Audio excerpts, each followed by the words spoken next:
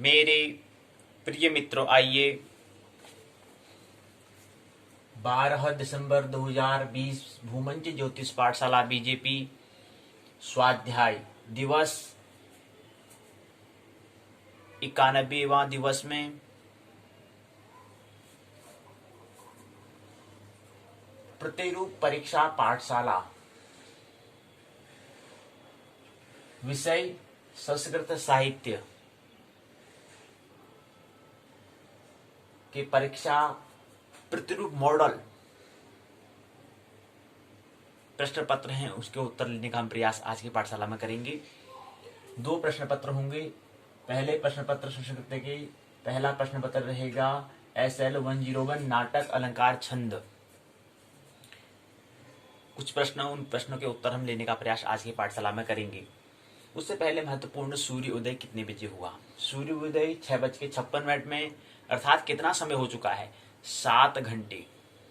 7 घंटे हो चुके हैं सूर्योदय को आए हुए, अर्थात 7:04 हो चुके हैं। 7 घंटा 4 मिनट हो चुके हैं। 2:02 और भी 6 मिनट हम कहेंगे तो और ठीक रहेगा, और भी 7 कहेंगे तो और ठीक रहेगा, क्योंकि समय तो निकलता जा रहा है, समय बढ़ता जा रहा है, इसलिए 7 कहेंगे तो ठीक रहेगा, उसके हम करीब और पहुंचेंगे सत्य के करीब। 7 घंटे 7 मिनट हो चुके हैं, अर्थात 7:07 हो चुके हैं। कहने का मतलब यह है स्थानीय समय, लोकल टाइम, और अस्त होगा 17:15 में। आइए पहले हम प्रतिरूप परीक्षा पाठशाला के 2 प्रश्न पत्रों पर हम चर्चा करेंगे। विषय एक ही रहेगा, संस्कृत साहित्य रहेगा। पहला प्रश्न पत्र जो है नाटक अलंकार छंद।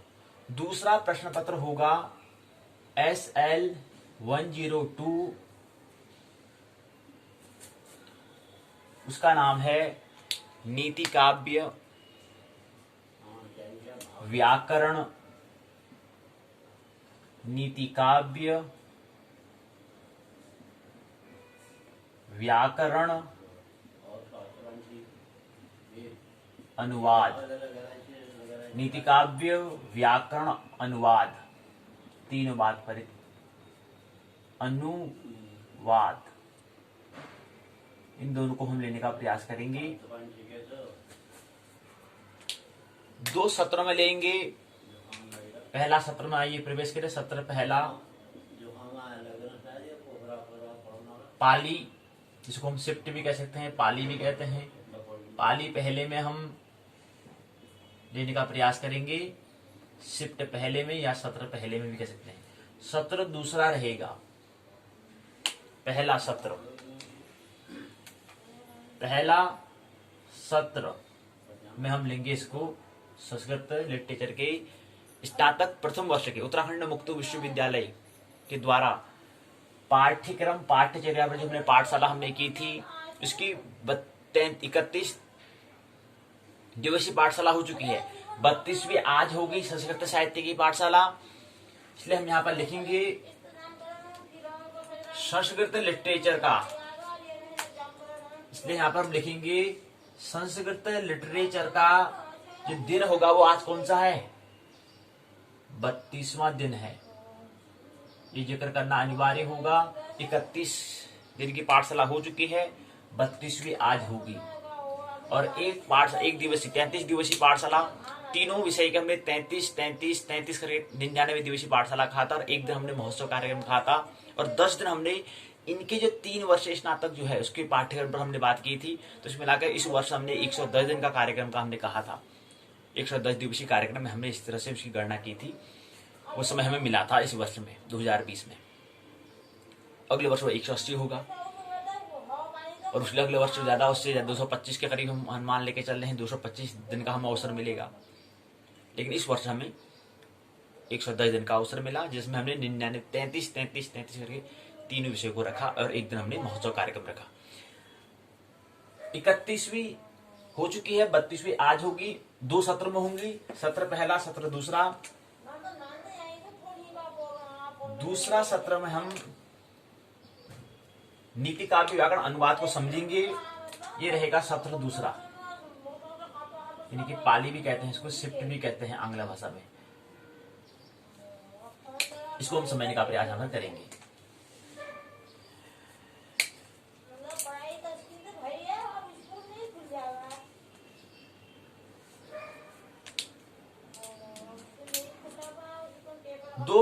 यहाँ पर 31 और एक 32वीं 33 दिवसीय हमने कहा, लेकिन ये तो 32 दिन हो रहे हैं। एक दिन कहाँ गया? एक दिन को हमने कहा था कि यहाँ पर जो आज 91 दिवस है, 91 दिवसीय पाठशाला है चल रही है आज। आगे आगे फिर ये 92 होगा, फिर 93, 94, 95, 96, 97, 98, 99, 100वीं दिन अर्थात 21 दिसंबर को जब होगा उस दिन हम सुंदरकांड का आयोजन करेंगे। उसको संस्कृत वाले विषय में जोड़ देंगे, साहित्य में जोड़ देंगे। 100 दिन का हो रहा है, शतक हो रहा है। और दूसरी महत्वपूर्ण बात, आज 3 महीने आज की पाठशाला आज के दोनों सत्र से पूर्ण होंगे, तो यहाँ पर 3 महीने पूर्ण हो जाएंगे बीजेपी स्वाध्याय के। बीजेपी स्वाध्याय भूमंच ज्योतिष पाठशाला का जो हमने शुभारंभ किया था वो हमने 13 तारीख को किया था। अक्टूबर, सितंबर से अक्टूबर, अक्टूबर से नवंबर, नवंबर से दिसंबर, 3 महीने हो जाएंगे। यहाँ पर 91 दिवस आज की पाठशाला है।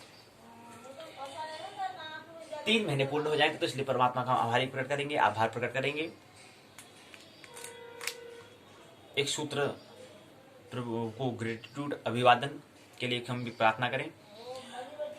सृष्टि रचाने वाले कितना महान है तू, दाता दया के सागर, प्राणों का प्राण है तू।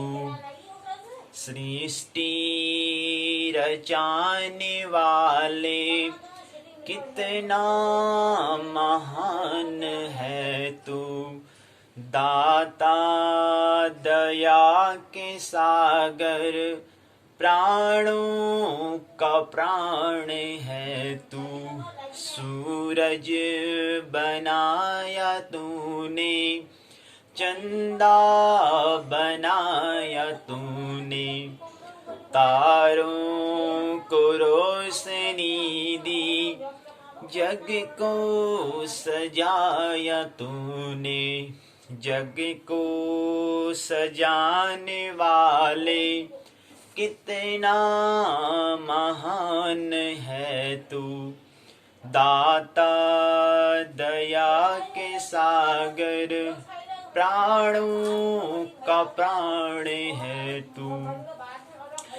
ऊंचे पहाड़ टीले दुल्हन से सज रहे हैं, वो मौन बैठे पक्षी तुझको निहार रहे हैं। फूलों से तेरी डाली मुस्कान भर रही है, दाता दया के सागर, प्राणों का प्राण है तू। परमात्मा का बहुत बहुत अभिनंदन, आभार प्रकट, ग्रेटिट्यूड। 3 महीने पूर्ण होंगे आज की पाठशाला को पूर्ण होते ही। तो पहले सत्र में हम नाटक अलंकार छंद को समझेंगे। प्रतिरूप परीक्षा पाठशाला हमने कहा प्रतिरूप करेंगे।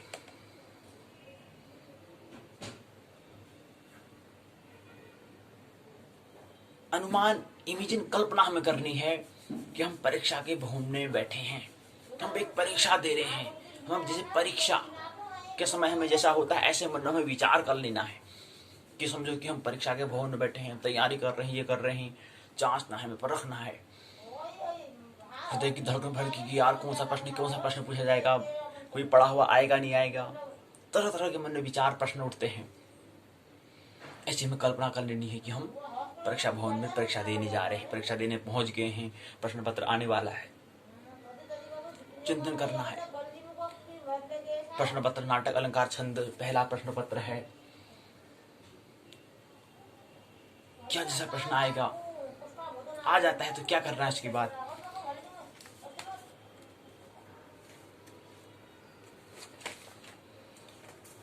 प्रश्न पत्र हमने 20 अंक की हमने सत्र कार्य असाइनमेंट पर हमने बात कर ली थी। ये पूर्ण हमने पूरा प्रश्न पत्र 100 अंक का ये प्रतिरूप दिखा रहे हैं, मॉडल है। केवल तैयारी की बात, प्रिपरेशन की हम बात कर रहे हैं। आगे हमें और कैसे तैयारी परीक्षा करना है, तो कैसे हमें तैयार होना है, कैसे हमें नया चेंजेस परिवर्तन उसमें करने हैं। तो एक प्रारंभिक बात है, आगे परिवर्तन करते रहेंगे। तो मैंने 100 अंक का एक प्रश्न पत्र तैयार किया। इस प्रश्न पत्र में हमें प्रश्न पूछे गए हैं। पहला जो है 20 अंक का सत्र कार्य का प्रश्न पत्र हमने इसमें जोड़ा हुआ है। ये 20 अंक का होता है और शेष 80 अंक का दूसरा प्रश्न पत्र होता है। 2 परीक्षा पत्र, एक सत्र कार्य होता है, एक हमारा लिखित परीक्षा होती है, हमें लिखना पड़ता है। पहले क्या करना है, प्रश्न पत्र आ गया है, शांत मौन होकर उसको ध्यानपूर्वक हमें इसको क्या करना है, देखना है, पढ़ना है। जब प्रश्न पत्र नहीं आया, परीक्षा भवन में पहुंच चुके हैं, अपनी सीट हमें पता है कहाँ पर हमें कौन सा हमें कहाँ पर हमें बैठना है, वो हमें कौन सी सीट पर हमें हमारा रोल नंबर कहाँ पर है, कहाँ पर हमें बैठना है, किस कक्ष में जाना है, ये हमने भारी हमें वहाँ पर परीक्षा भवन में लगा हुआ था। परीक्षा जो आप जहाँ हम जाते हैं, जिस विद्यालय जिस कक्ष में जाएंगे वहाँ बाहर से लगा हुआ होता है। तो जाएंगे, देखेंगे वहाँ पर अपना रोल नंबर। किसी लोगों को तो यही पता नहीं रोल नंबर कहाँ है, यही पता नहीं, यही नहीं छूट पाते कि हमें हमारे परीक्षा किस भवन में देना है, यही नहीं छूट पाते हैं। तो परीक्षा का खाक देंगे, इतना ही नहीं छूट पा रहे हैं, इतने ही जागरूक नहीं हो पा रहे कि अपने हम कमरे में हमारे कहाँ पर हमें बैठना है।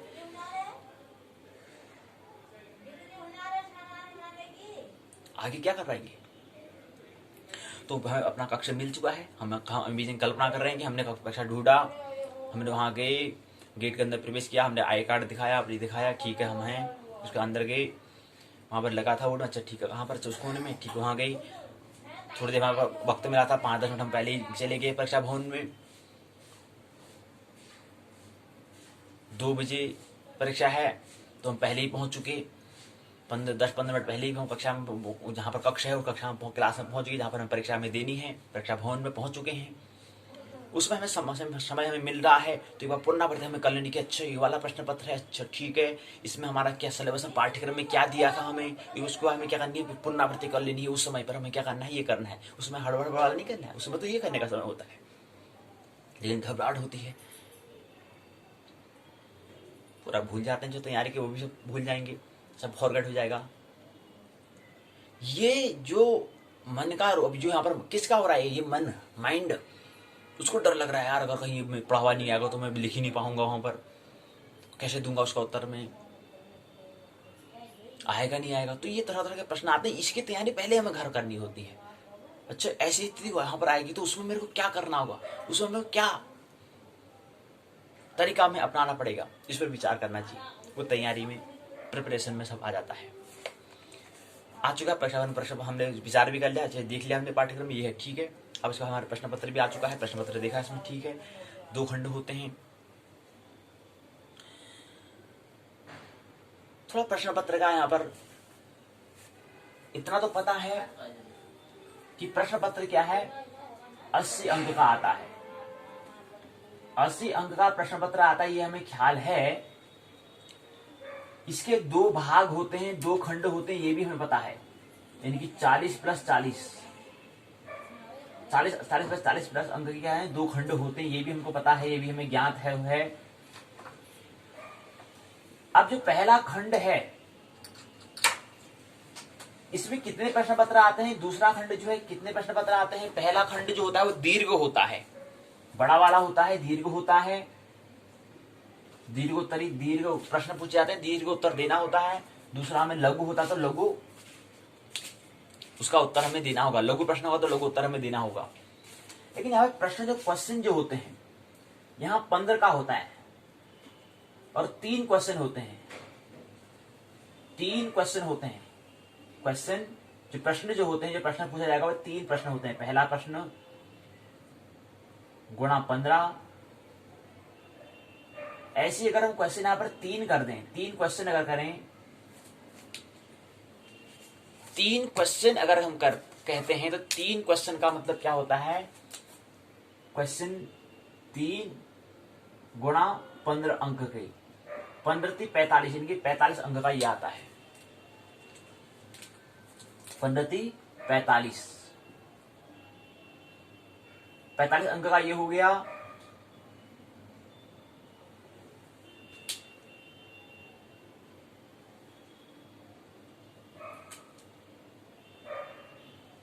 इसके बाद क्वेश्चन 3, फिर अगला आता है क्वेश्चन, ये तो पहला खंड हो गया। दूसरा भी आता है, दूसरा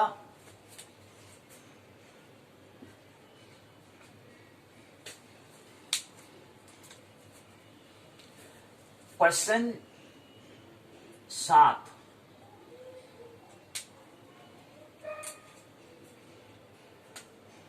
और क्वेश्चन 5 और एक क्वेश्चन का आंसर कितने होगा, 7 अंक का होगा।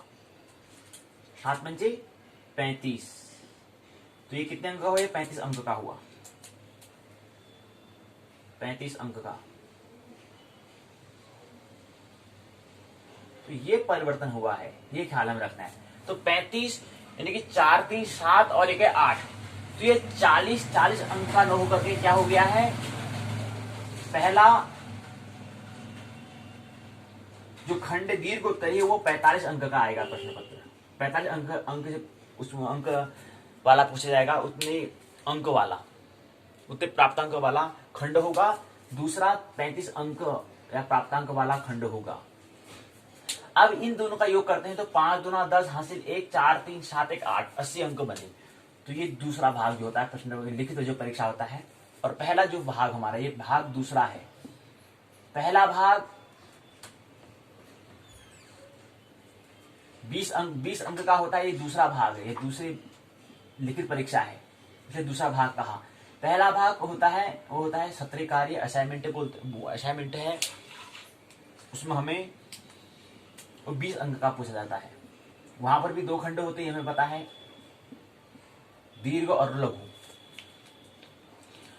वहां के बारे में हमने पहले पता है, हमें अभी यहाँ एक बार और देख लेते हैं कि पहला वहां पर, यहाँ तो बड़ा पूछा जाता है, यहाँ छोटा पूछा जाता है। इनकी 10 + 10 अंक का होता है ये। इसमें भी 2 खंड होते हैं, एक 10 का होता है, दूसरी भी 10 अंक का खंड होता है। अब यहाँ पर तरीका क्या होता है, यहाँ पर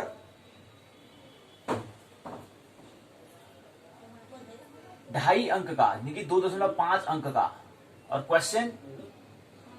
प्रश्न जो होंगे वह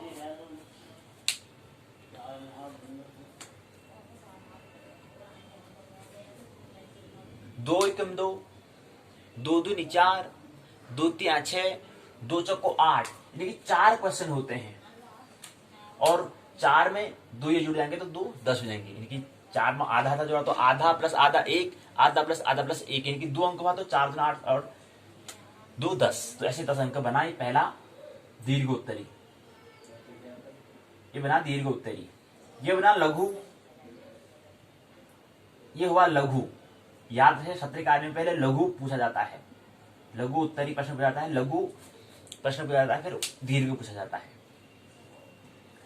दीर्घ में क्या करना होता है, दीर्घ में इसका दुगना होता है, क्वेश्चन आधे हो जाते हैं और अंक दुगना हो जाता है, यानी कि 5 अंक का हो जाता है और क्वेश्चन 2 हो जाते हैं, यानी कि ये भी 10 अंक का। तो ये 10 अंक हुआ और ये भी 10 अंक हुआ। तो ये हमने पहले देख लिया। अब आइए इसी क्रम को देखें तो हमने इस प्रकार से हमारे 80 + 20 = 100 अंकों का क्या होता है, इनकी पूर्णांक कह सकते हैं। पूर्णांक कितना होगा, पूर्णांक 100 का होगा, पूर्णांक 100 का हुआ। ये थोड़ा परिवर्तन हुआ है प्रश्न पत्र, हमें देखना है, ध्यान देना है।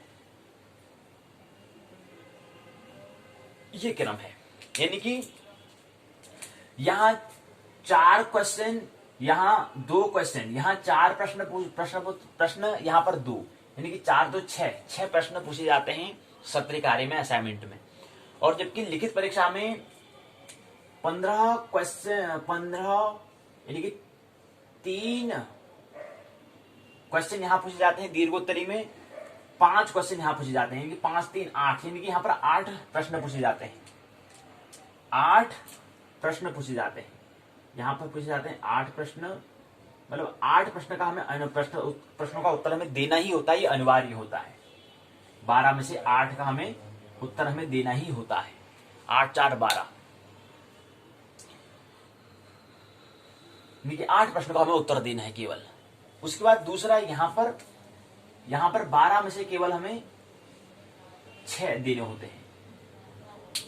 यहां तो हुआ 8 प्रश्न का हमें उत्तर देने होते हैं, यहां पर हमें 6 प्रश्न के उत्तर हमें देने होते हैं।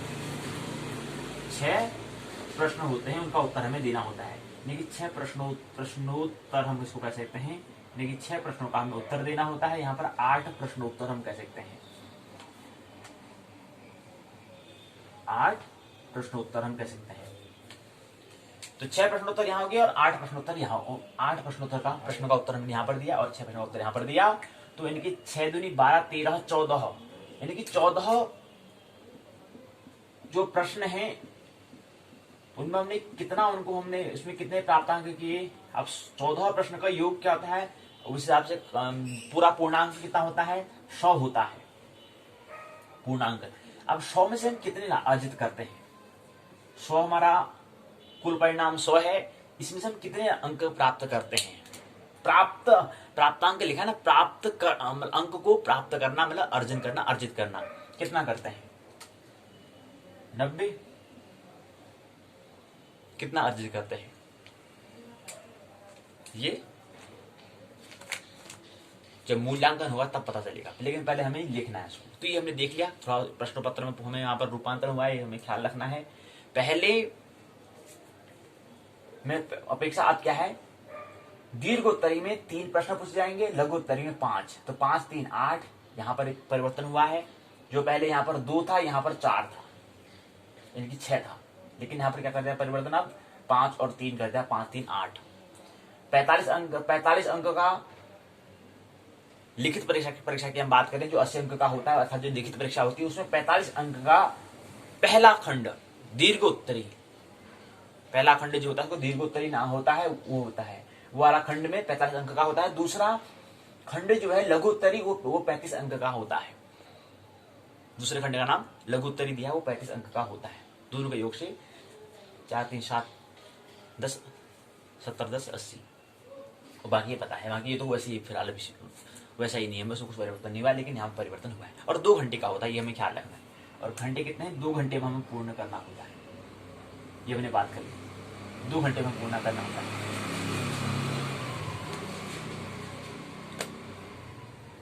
तो आइए, ये हमने बात कर ली। आप थोड़ा सा हम प्रश्न पत्र को थोड़ा ले लें। अब कुल मिला के हमें कितने, 8 प्रश्नों का हमें क्या करना है, 8 प्रश्नों पर हमें, आप इसको हम कह सकते हैं। तो ये हमें इसका जो नाटक अलंकार छंद नामक को हम इसका हम जो शीर्षक है इसको हम दे सकते हैं 8 प्रश्नोत्तर चर्चा, 8 प्रश्न के उत्तर की चर्चा। तो बन जाएगा 8 प्रश्नोत्तर चर्चा कार्यक्रम, चर्चा पाठशाला, 8 प्रश्नोत्तर चर्चा पाठशाला, ये हम इसका नाम दे सकते हैं, पाठशाला। तो कौन सी पाठशाला हो रही, जहां पर 8 प्रश्न होंगे उसके उत्तर देंगे, ऐसी पाठशाला आज की पाठशाला 91वें दिवस की, तीसरे महीने की अंतिम दिवस की पाठशाला।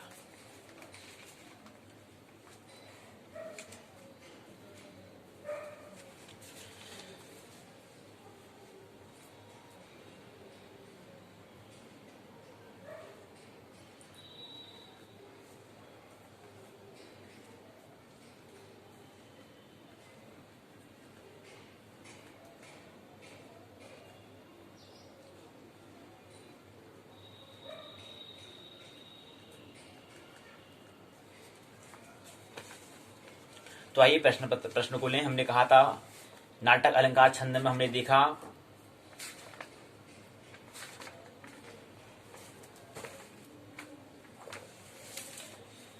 थोड़ा हम यहाँ पर प्रतिरूप की बात करें, थोड़ा हम यहाँ पर हेल्प ले सकते हैं, लेकिन जब परीक्षा भवन में होता है तो वहां पर किसी की हेल्प नहीं लेना होता है, वहां पर हमें अकल का नकल हमें करना होता है। ये हमें ख्याल रहे, किसी वहां पर नकल हमें नहीं करना होता है, हमें अनकॉन्शियस जो हमने याद किया है, जो हमने अभी तक अध्ययन किया है, जो हमने सीखा है, उसको हमें दर्ज करना होता है, वहां पर लिखना होता है, वहां पर अपने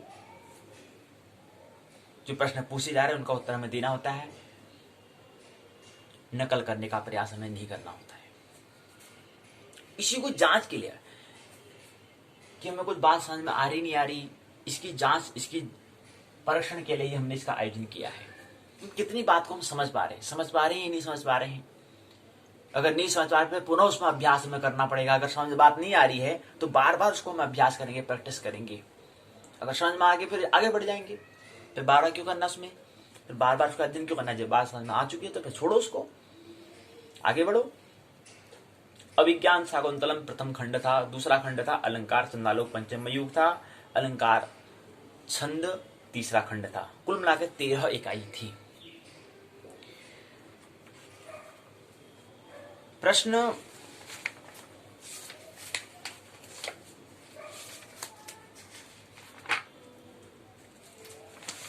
पूछने का तरीका होता है कि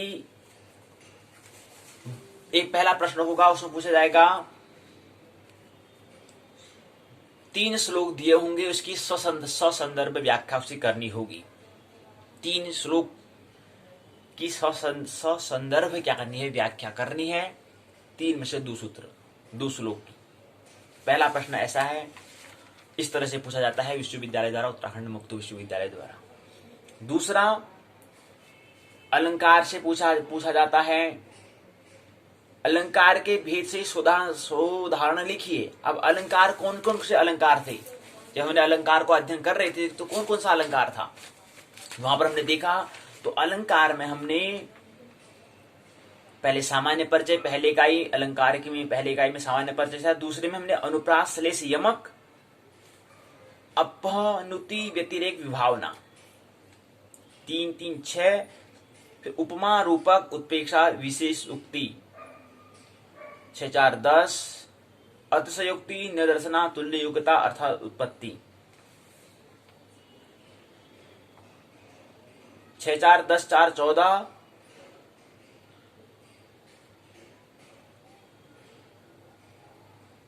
3 3 6 6 4 10 10 4 14, 19 अलंकार हैं। स्मृति भ्रांति संदेह दृष्टांत अर्थान्यास, तो 19 अर्थ अंतर्न्यास अर्थांतरन्यास अलंकार के 19 अलंकार हैं। तो 19 अलंकार में इनने पहला अलंकार पूछा है, श्लेष अलंकार को भेद सहित, मतलब उसके जो विभाग हैं, जो उसके हिस्से हैं, शाखा हैं, उसको सही उदाहरण से बताओ। दूसरा प्रश्न। तीसरा प्रश्न है, तत्र श्लोक चतुष्टयम इति सूक्तम पर निबंध में लिखना है। तीसरा प्रश्न यह रहा। चौथा प्रश्न रहा, महाकवि कालिदास का जीवन वृत्त लेकर उसकी काव्य प्रतिभा पर प्रकाश डालिए। तो ये 4 प्रश्न है।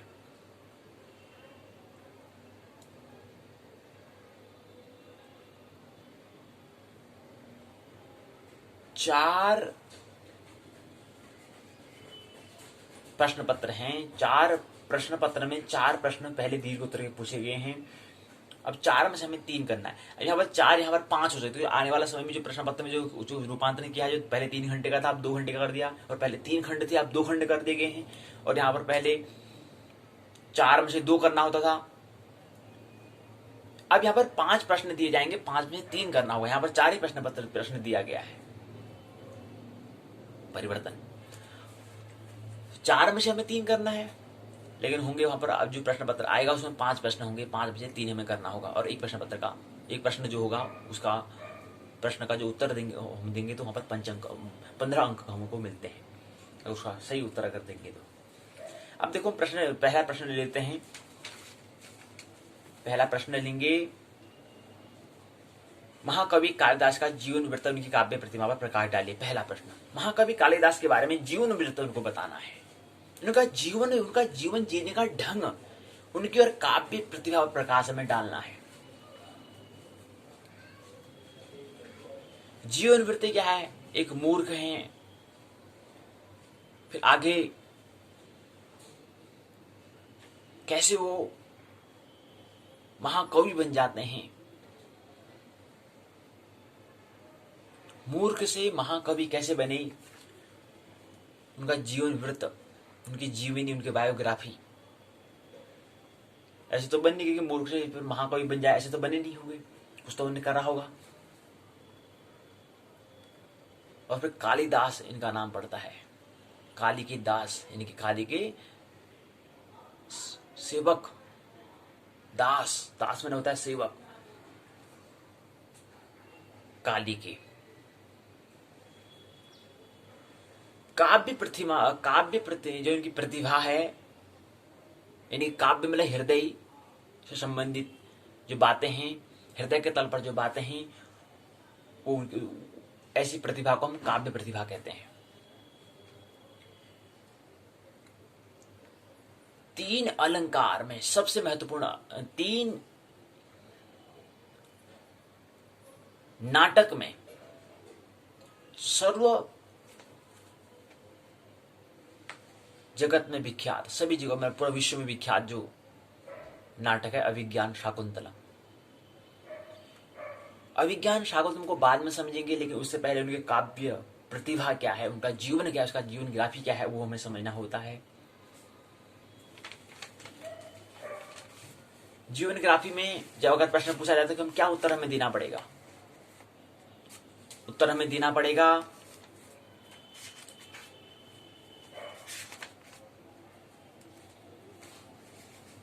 कालिदास का जीवन जन्म से ही, वो पहले जब जन्म हुआ, जन्म से ही क्या थे, बचपन से ही क्या मूर्ख थे। ऊंट को, वो ऊंट जो है उट्र कह कर वो पुकारते थे, इनकी शब्द जो है उसको ठीक उसका उच्चारण वो नहीं कर पाते थे, जैसे उनने उट्र बताया है। उष्ट को उट्र कहते हैं। आगे आगे समय बढ़ता है तो विवाह होता है, उनकी पत्नी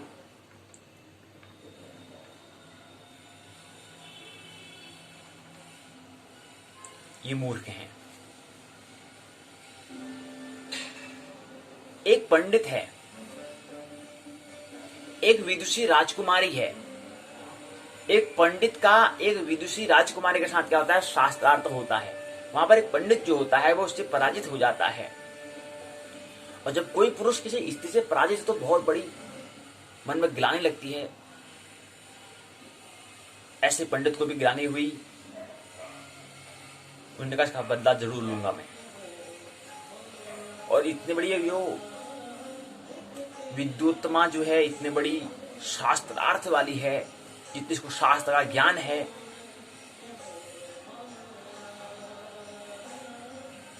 मैं इसका जरूर बदला लूंगा। मैं इससे हार गया, मैं स्त्री से हार गया। पंडित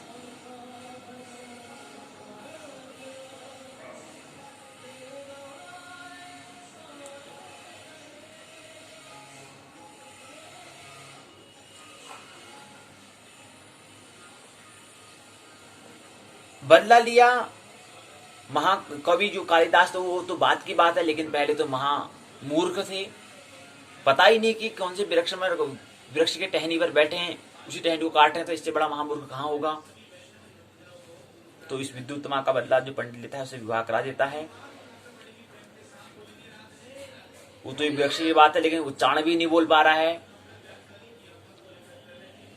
तो विद्युत्मा क्या करती है, घर से निकाल देती है। खिन्न होता है उस व्यक्ति को, उस पुरुष को, जिसका नाम बाद में कालिदास पड़ेगा। जाते हैं मंदिर में, काली देवी के मंदिर में जाते हैं, अपनी जीवा का समर्पण करते हैं। जीवा का जो जीव है, मतलब मैं इसका उच्चारण नहीं कर पा रहा हूं, इसी कारण तो मेरे पत्नी ने मेरे को, विद्युत्मा ने मेरे को घर से निकाला है, और मैं एक शब्द का उच्चारण नहीं कर पा रहा हूं। तो जीवा का ही क्या कर दिया, दान कर दिया, चला दिया देवी को। लेकिन फिर काली देवी, माँ काली ने उन्हें संपूर्ण शास्त्रों का ज्ञान दिया। इतना बड़ा बलिदान, इतना बड़ा दान किया, तो काली ने उन्हें संपूर्ण शास्त्रों का ज्ञान कराया।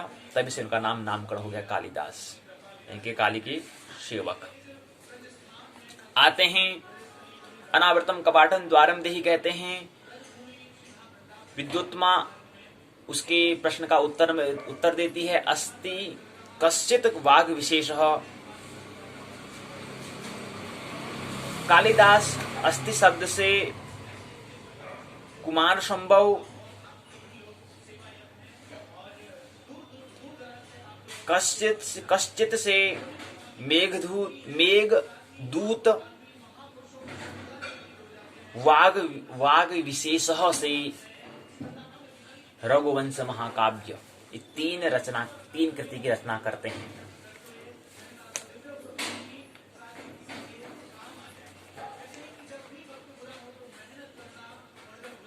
काव्य प्रतिभा जो है, तीन रचनाएं जो है, तीन कृति हैं। पहली कृति आती है कालिदास के 2 महाकाव्य होते हैं। पहला 2 महाकाव्य, इनकी जो रचनाएं जो करी हैं, जो इनकी कृतियां हैं, कृतियों में 2 महाकाव्य आते हैं, 2 गीति काव्य आते हैं, 3 नाटक आते हैं। प्रश्न को हमें ध्यान रखें। प्रश्न में हमें क्या करना है? प्रश्न में पूछा गया है कि कालिदास के जीवन वृत्त को हमें लिखना है, उसके काव्य प्रतिभा पर हमें क्या करना है? प्रकाश डालना है। ये प्रश्न पूछा गया है, बड़ा प्रश्न पूछा गया है। इस पर हमें ये लिखना है कि कहेंगे कालिदास के 2 महाकाव्य हैं, 2 गीति काव्य हैं, 3 नाटक हैं। कुल मिलाकर उनके 7 कृति उनकी हैं। और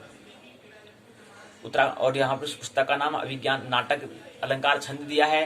तो यहाँ पर हम उनकी कृति यानी कि महाकाव्य की जिक्र हम नहीं करेंगे, गीति काव्य का हम जिक्र नहीं करेंगे, नाटक का जिक्र करेंगे। नाटक में जो विश्व में प्रसिद्ध जो नाटक है, जो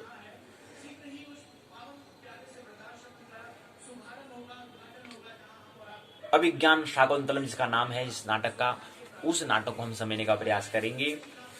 महाकाव्य 2 महाकाव्य कुमार संभव, रघुवंश। कुमार संभव में 18 सर्ग हैं। 8 सर्ग तो कालिदास के द्वारा ही लिखे गए हैं। कुमार संभव में 18 सर्ग, 18 अध्याय, 18 चैप्टर हैं, लेकिन कम से कम उसमें 8 सर्ग तो कालिदास के द्वारा हैं। बाकी 10 हो भी सकते हैं, नहीं हो सकते हैं, लेकिन 8 सर्ग, 8 चैप्टर, 8 भाग तो क्या है, 8 खंड तो कालिदास के द्वारा रचे हैं। कुमार संभव में पार्वती का जन्म, काम का दहन, पार्वती की तपस्या, शिव विवाह, कार्तिकेय का जन्म आदि अत्यंत सुंदर वर्णन हमें यहाँ पर मिलता है। दूसरे महाकाव्य में रघुवंश होता है, इसमें 19 सर्ग होते हैं। दिलीप से लेकर के अग्निवर्ण तक इक्ष्वाकु कुरुवंशी राजाओं का यहाँ पर वर्णन में कालिदास ने किया है, और सर्वश्रेष्ठ यह महाकाव्य की गिनती में आता है। गीति काव्य में 2 गीति काव्य, एक है ऋतु संहार, दूसरा मेघदूत। गीति काव्य में कवि का प्रसिद्ध ये काव्य है वो महाकाव्य।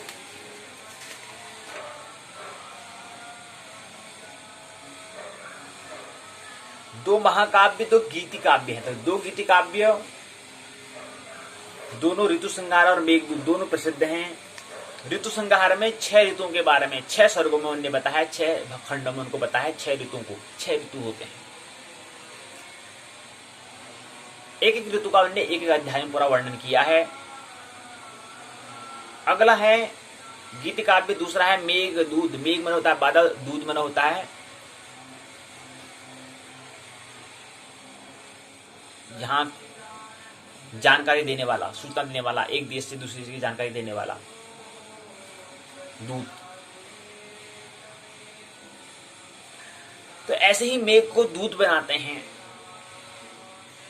कि जानकारी देने वाला एक बादल को एक जगह से दूसरी जगह पर इसका नाम मेघ दूत दिया है। इनकी बादलों को माध्यम बनाते हैं।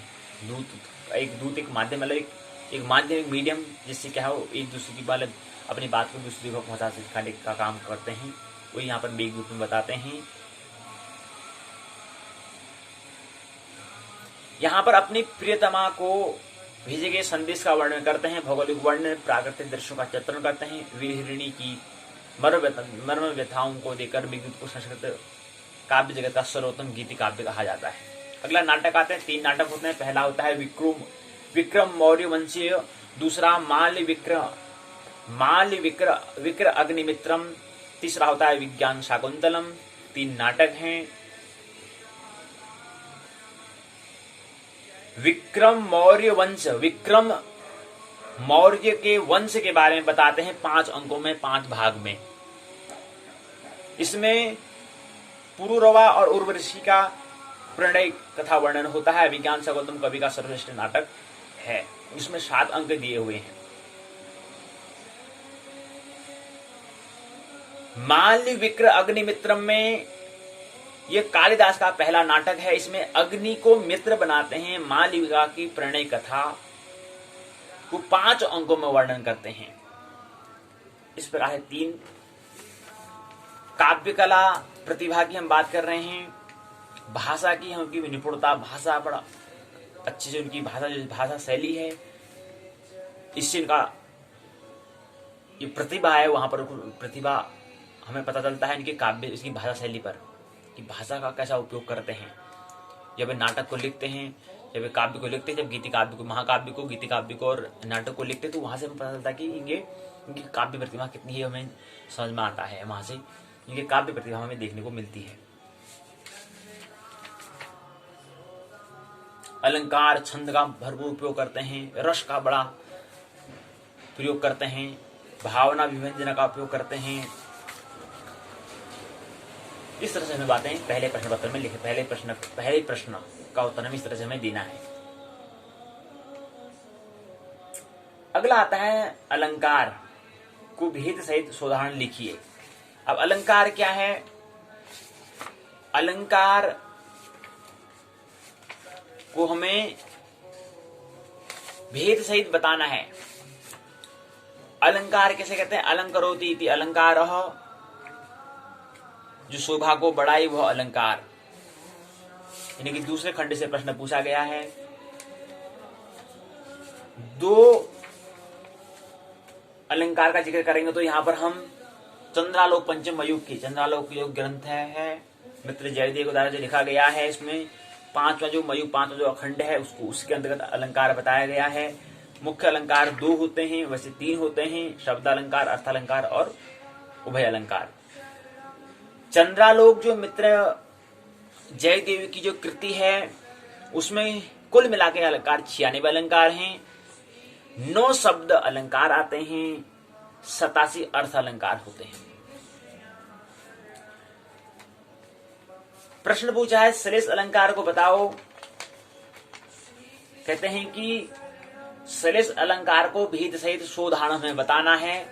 अब अलंकार तो हमने कहा कि शब्द अर्थ होते हैं और एक उभय भी होता है, लेकिन शब्द हैं 9 हैं और 87 अर्थ हैं। और हमारे उत्तराखंड मुक्त विश्वविद्यालय द्वारा 19 अलंकार हमारे पाठ्यक्रम में, सिलेबस में हैं। 19 अलंकार को हमें जिक्र नहीं करना है, हमें केवल श्लेष अलंकार, वहां पर जिक्र करा होगा कि कौन सा अलंकार पर हमें बात करनी है, कौन सा अलंकार पर हमें लिखना है। तो यहाँ पर श्लेष अलंकार कहा है। श्लेष अलंकार में हमें बात करनी होगी श्लेष अलंकार जो है, श्लेष अलंकार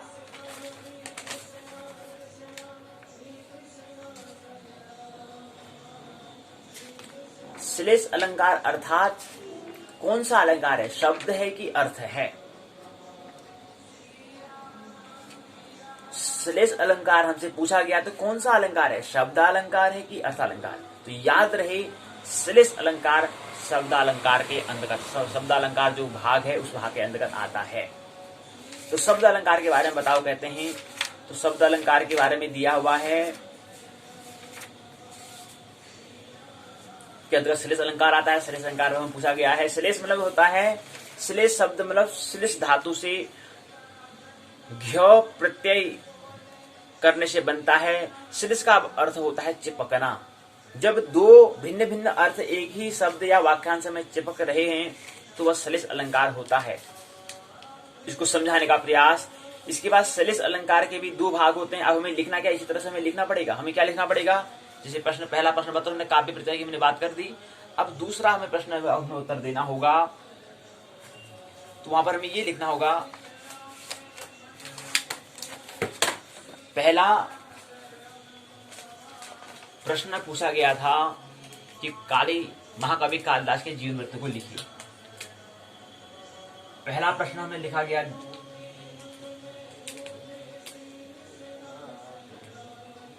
हमें क्या करना होगा, हमें लिखना होगा दीर्घ उत्तरी प्रश्न, दीर्घ उत्तरी प्रश्न। प्रश्न पहला, उत्तर पहला हमें देना होगा। यहां पर हमें पूछा था कि कालिदास के जीवन वृत्त, इनकी दो बात पूछी थी हमसे। दीर्घ उत्तरी प्रश्न पूछा था हमें, दो बातों से पूछी गई थी। एक पूछा गया था, पहली बात में कालिदास, महाकवि कालिदास के बारे में हमें लिखना है। महाकवि कालिदास के बारे में, महाकवि कालिदास के बारे में हमें लिखना है। ये बात हमें समझ में आई। इसके बाद में लिखना क्या है, वो प्रश्न भी छुपा है, हमें क्या प्रश्न का उत्तर हमें देना है, तो उसमें छुपा है कि हमें दो बातें लिखनी है। एक जीवन वृत्त लिखना है और उनकी काव्य प्रतिभा लिखनी है। उनका जीवन वृत्त क्या है उसके बारे में हमें लिखना है, जीवन वृत्त, और दूसरा हमें काव्य प्रतिभा, काव्य प्रतिभा। इस पर हमने बात कर ली, काव्य प्रतिभा हमने बात करी और जीवन वृत्त हमने लिखा। तो काव्य प्रतिभा को समझाने के लिए हमें क्या करना पड़ेगा, उसकी रचनाएं से हमें पता चलेगा। उनकी 7 रचनाएं होती हैं, ये हमें पता है, 7 रचनाएं होती हैं। 7 रचनाएं में पहला 2 महाकाव्य आते हैं, हमने ये समझा 2 महाकाव्य, इनकी 2 महाकाव्य होते हैं, 2 गीति काव्य होते हैं और 3 नाटक होते हैं, 3 नाटक होते हैं। रघुवंश महाकाव्य हमने देखा, कुमार संभव। नीति काव्य 2 नीति काव्य होते हैं, 3 नाटक, ये हमने बात कर ली। तो ये हमें इसे लिखना पड़ेगा कि महाकाव्य है। इनकी रचनाओं से हमें इनके काव्य प्रतिभा, काव्य भाव, जब ये लिखते हैं, जब ये बात लिख रहे होते हैं तो उस बात लिखने में हमको सूत्र भी हमें देने पड़ेंगे, 1-2 सूत्र भी हमें याद रखना पड़ेगा। तो वहां से कहेंगे हाँ देखो यहाँ पर सूत्र लिखा है, यहाँ पर इसको इस तरह से होना चाहिए, लेकिन कालिदास की इसको यहाँ पर जो व्यक्त करा, इस ढंग से व्यक्त किया। तो यहाँ से ये समझ में आती है कि इनकी काव्य प्रतिभा, इसको हमें यहाँ से देखने को मिलता है। इसलिए इनकी काव्य प्रतिभा को इस सूत्र से हमें समझ में आ रहा है कि इनकी काव्य प्रतिभा दृष्टिगोचर होती है इस सूत्र के माध्यम से। तो सूत्र बता देंगे, हम एक श्लोक लिख देंगे कि हाँ इसमें ये दिया है। और जीवन वृत्त हमने बताया कि क्या था, एक वृक्ष में था, बैठे थे, उसकी टहनी जिस टहनी में बैठे थे उसको यहाँ से जो शाखा है, शाखा से लगी हुई थी, वहां से काट रहे थे। तो मूर्ख और दूसरा उनकी पत्नी विद्युत्तमा से ऊंट का उच्चारण नहीं कर पाते हैं। उष्ट्र को उष्ट्र बोलते हैं। गिलानी होती है बाहर, जब पत्नी निकाल देती है घर से बाहर कर देती है तो बहुत बड़ी गिलानी होती है। और दूसरा वो पुरुष जब स्त्री से हार जाए या स्त्री से डांट खाए तो बहुत बड़ी और ज्यादा गिलानी होती है, तो निकाल देते हैं। तो कहते हैं कि जीवा से मैं एक उच्चारण नहीं कर पा रहा हूँ, उष्ट्र को उष्ट्र बोल रहा हूँ, तो जीवा का ही कर देते हैं काली को समर्पण, दान कर देते हैं, काट देते हैं। जैसे रावण 10 सिर काटते हैं, ऐसे यहाँ पे भी काट देते हैं। काली माँ प्रसन्न होती है, पूरा शास्त्र का ज्ञान देते हैं, आते हैं घर, रचनाएं करते हैं। तो यहाँ से हमने जीवन वृत्त के बारे में समझ में आ गया। ये 2 बातें हमें लिखनी है, ये बात हमने समझ लिया था। इसके बाद हम दूसरे प्रश्न पत्र की ओर, दूसरे प्रश्न की ओर हम प्रवेश कर रहे हैं। दूसरा प्रश्न था हमारा,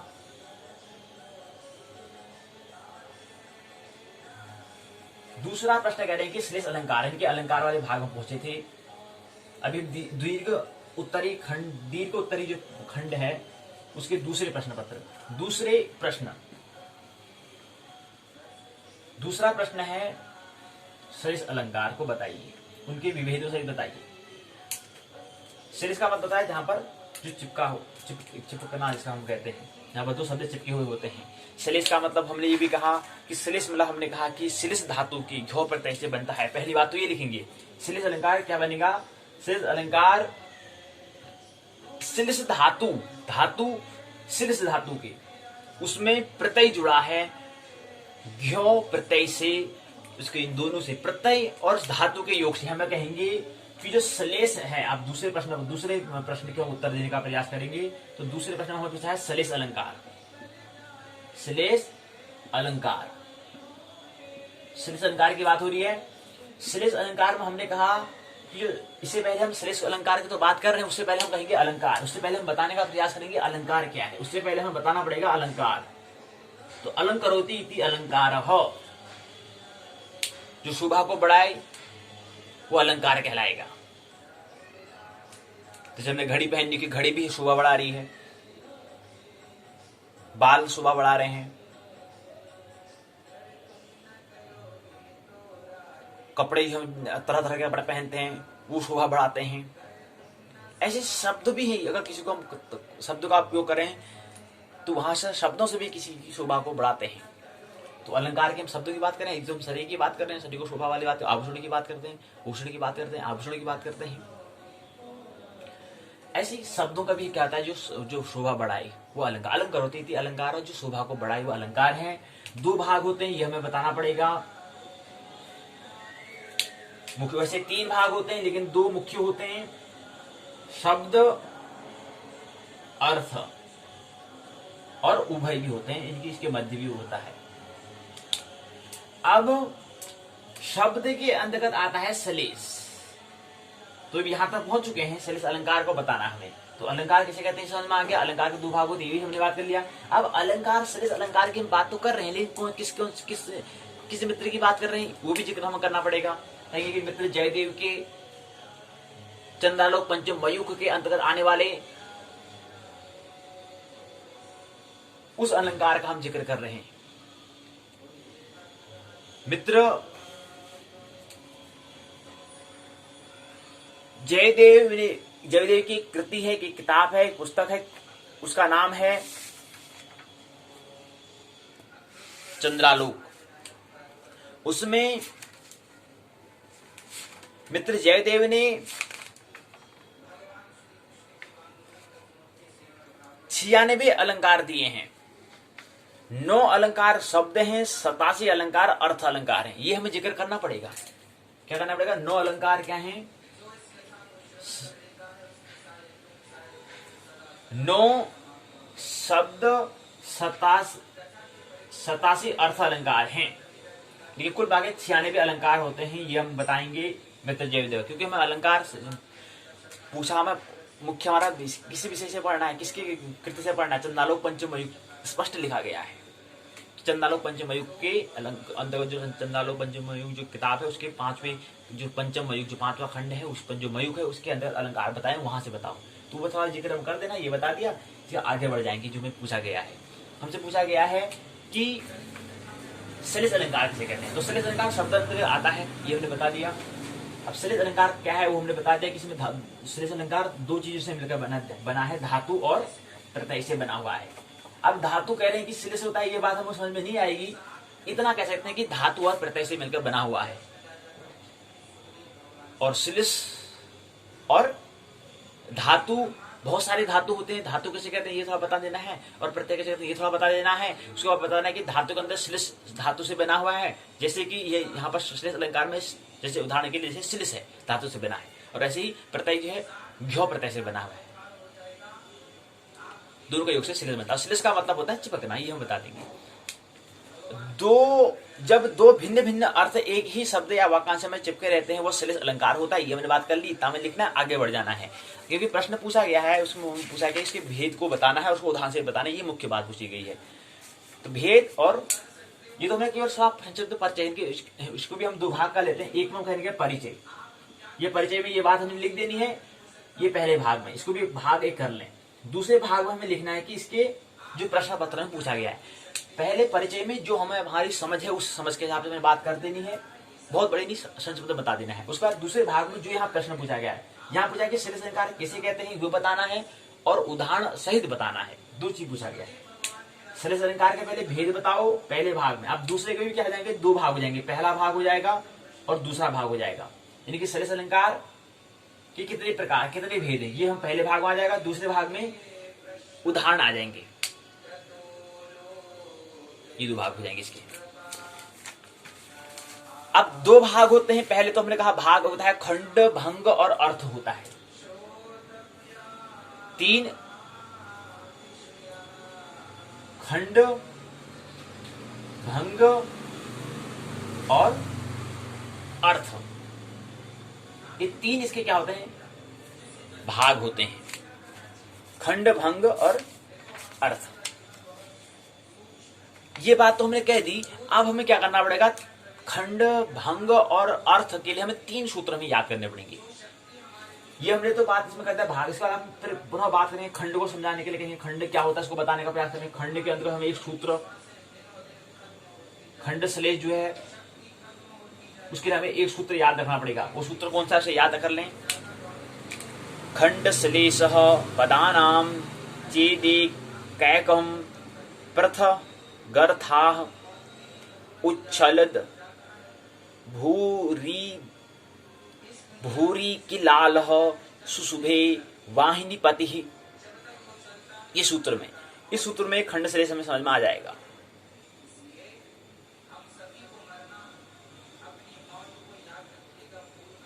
एक पद में से दो अर्थ अभिव्यक्त जहां पर हो रहे हो, वे भिन्न भिन्न रूप से दो अर्थ अभिव्यक्त हो रहे हो।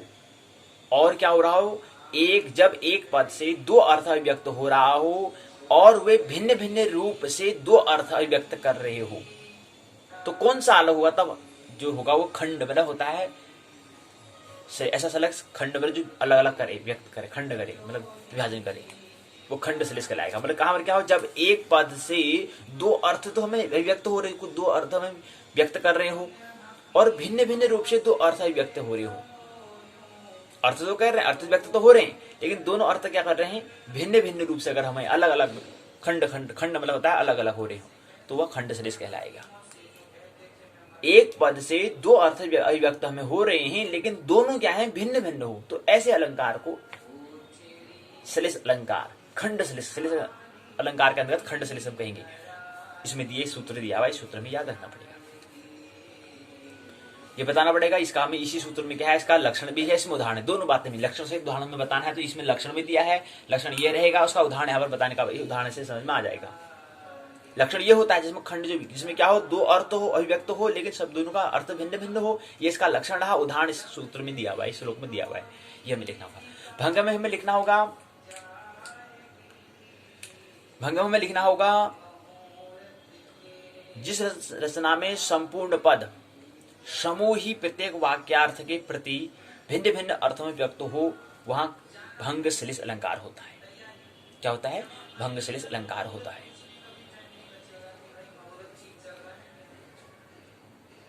अज रामरता, अज रामरता, अज रामरता, इसको बताने का प्रयास। तो अज रामरता पद एक है, किंतु आवश्यकता पड़ने पर इसे अलग किया जा सकता है। क्या बन जाएगा, अज अजर अमरता, अज रामरता, अज अमरता, अजर अमरता, क्योंकि अजर जो है, अजर रो में आ है, यानी कि अ है, तो अजर अमरता भी ये अलग अलग हम इसको कर सकते हैं, तो ये भंग कहलाएगा।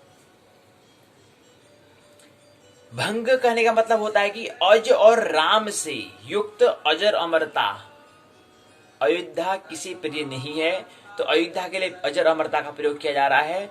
दूसरा अजर और अमर, अजर और अमर दो शब्द हैं, अजर और अमर।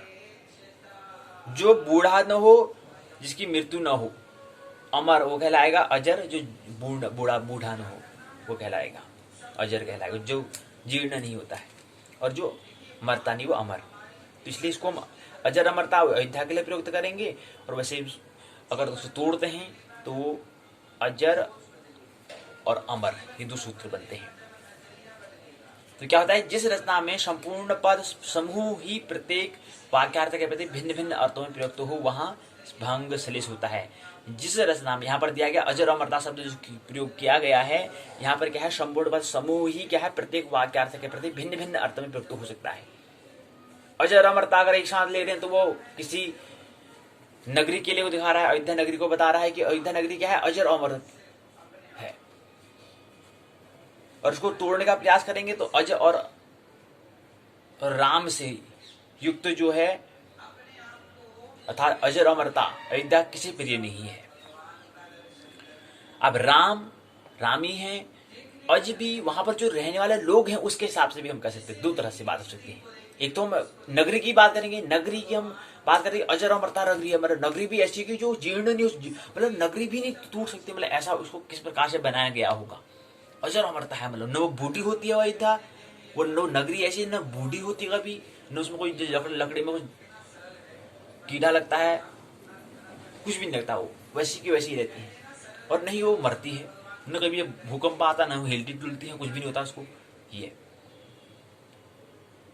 बात। दूसरी, उसमें उस नगर में क्योंकि वहां व्यक्ति रहता है, व्यक्ति कौन से, राम और अज रहते हैं, तो ऐसी नगरी को कौन देखना नहीं चाहेगा, तो ये भंग सलेश। अगला आता है अर्थ। अर्थ में हमें फिर ये देखना होता है, अब सूत्र हमको ये दिया है कि भंग श्लेष पदस्तु इस्यैव पृथगर्था अजर अमरता कश्य न्यायोध्येय पूरी प्रिया। ये सूत्र में याद है, इसमें लक्षण दिया है, इसमें उदाहरण हमने बता दिया, ये हमें लिखना होता है। अगले में हमें ख्याल करना है कि अर्थ श्लेष में लिखा है तो इसमें लिखना पड़ेगा, हमें लक्षण उदाहरण में बताना है, इसमें सूत्र में लिखना पड़ेगा अर्थ श्लेषो अर्ध मात्रस्य यद्धने कार्थ संचयः कुटिलाः श्यामलाः दीर्घाः कटाक्ष कुंतलाश्चते। जहां वाक्यार्थ का अनेक पदार्थों के साथ व्यक्त किया जा सके, केवल एक अर्थ का अनेक अर्थों में संबंध हो, वहां अर्थ श्लेष नामक अलंकार होता है। जैसे हे प्रिय, तुम्हारे कटाक्ष और तुम्हारे केश दोनों ही कुटिल, काले और लंबे हैं। तुम्हारे कटाक्ष और केश, कि तुम्हारे बोलने की जीव से बोल वाली जो कड़वा जो कटक जो बोलना है वो कटाक्ष, और तुम्हारे बाल जो बोलना तुम्हारा है वो कैसा है, बिल्कुल ऐसा टेढ़ा जैसे तुम्हारे बाल हैं।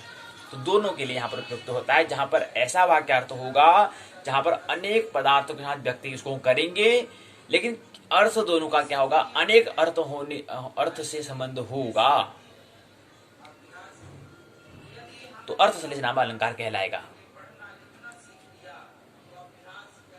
एक अर्थ का अनेक अर्थों में उसका संबंध होगा, कहां बाल और कहां जीवा, तो अर्थ तो एक ही है, बात तो दोनों की टेढ़ी की बात हो रही है, विकृति की बात हो रही है, लेकिन एक अर्थ है, लेकिन संबंध अलग अलग है, एक की जीवा से संबंध है, एक को बाल से संबंधित है। तो यहीं पर क्या है, ये प्रश्न दूसरा पूर्ण होता है, ये हमें बात इसमें लिखनी होगी। उसके बाद तीसरा प्रश्न आता है, 3 प्रश्न हमें देने होते हैं, याद रखना है, अभी तो 2 ही हुए हैं। तीसरा प्रश्न रहेगा, अभी दीर्घोत्तरी का तीसरा प्रश्न है, 3 प्रश्न हमें देने हैं, 15-45।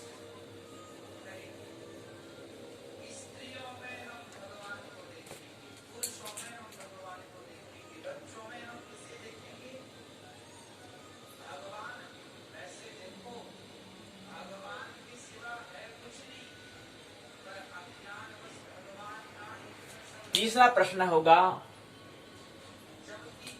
यहां पर 3 लिख देंगे, दीर्घोत्तरी और नाटक अलंकार संजय की SL 101 की हम बात कर रहे हैं। तीसरा है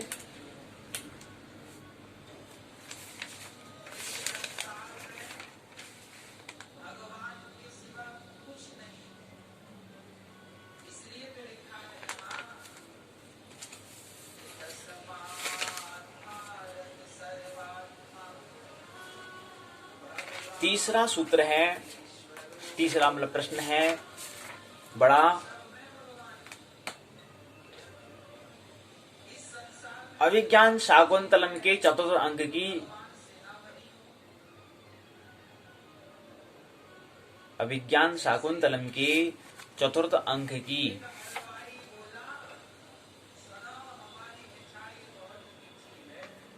की व्याख्या कीजिए। एक पर निबंध लिखो। चौथा अंक जो है। तीसरा है अभिज्ञान शाकुंतलम की चतुर्थ अंक। अभिज्ञान शाकुंतलम जो है नाटक जो है उसके चतुर्थ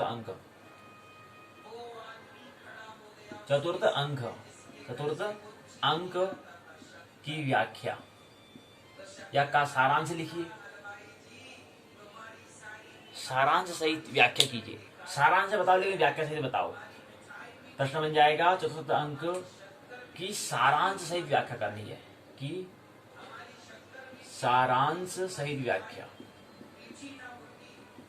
मतलब बताना है सारांश में है, लेकिन सारांश जो बताओगे उसकी व्याख्या बतानी है। सारांश सहित व्याख्या। प्रश्न को समझने का प्रयास करें। सारांश में बताना है, लेकिन जो सारांश बताओगे उसको सूत्र के माध्यम से बताओगे, लेकिन फिर सूत्र की व्याख्या भी करोगे। पूरी चतुर्थ अंक को पहले सारांश बताओ और सारांश जो तुमने समझा उसको फिर व्याख्या सहित अपने शब्दों में बताना है। या उदाहरण से इसको कह सकते हैं, ऐसा भी कह सकते हैं चतुर्थ अंक की सारांश उदाहरण सहित व्याख्या कीजिए। सारांश उदाहरणों सहित व्याख्या कीजिए, ऐसा भी कह सकते हैं। उदाहरण मतलब अपना अनुभव अपने तल पर बताओ कि आप उससे क्या समझे।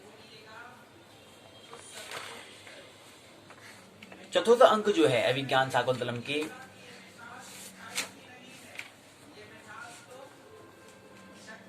ये हम जानते हैं। अब हमें अभिज्ञान शाकुंतलम की हम बात कर रहे हैं, तो इसमें हमें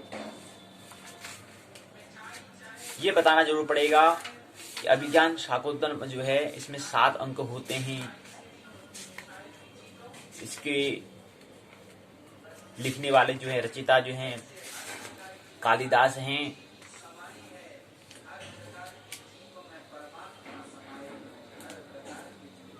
इसमें 7 अंक हैं। इसमें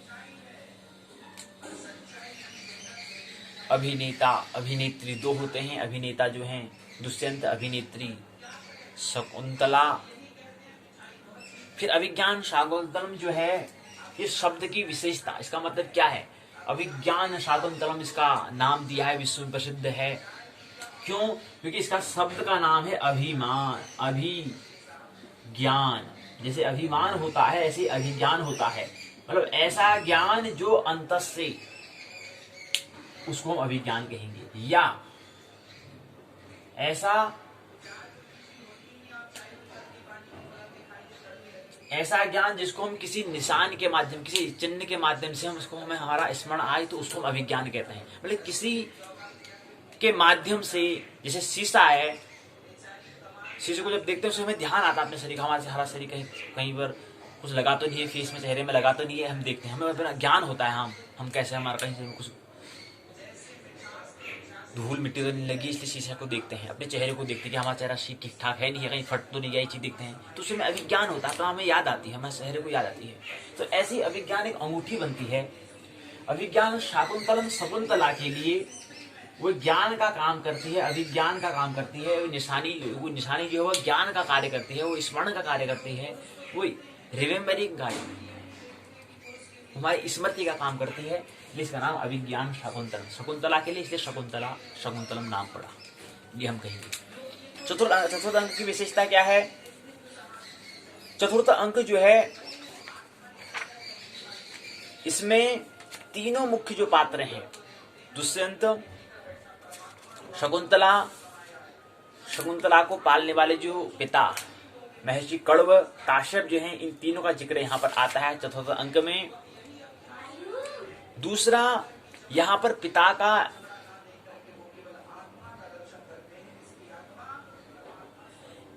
शकुंतला का गांधर्व विवाह, दुष्यंत और शकुंतला का गांधर्व विवाह हो चुका है। चतुर्थ अंक में यहाँ पर एक पिता का पुत्री पर फर्ज, जो विवाह रूपी जो संस्कार को निभाने का जो फर्ज होता है, उसका कालिदास ने, महाकवि जो कालिदास है, उनने भी अच्छे ढंग से इसको वर्णन मिलता है इस चतुर्थ अंक में। इसकी विशेष महत्ता है। और दूसरा, यहाँ पर मिलन इस चतुर्थ अंक में होता है दोनों का। हालांकि दुष्यंत भूल जाता है क्योंकि उसको श्राप शकुंतला को मिला है, लेकिन भेंट तो होती है, लेकिन नहीं जान पाते हैं। लेकिन यहाँ पर ऋषि का कण्व ऋषि दुर्वासा ऋषि का श्राप मिलता है शकुंतला को, उससे हम दुष्यंत को नहीं पहचान पाते हैं, दुष्यंत शकुंतला को नहीं पहचान पाता है।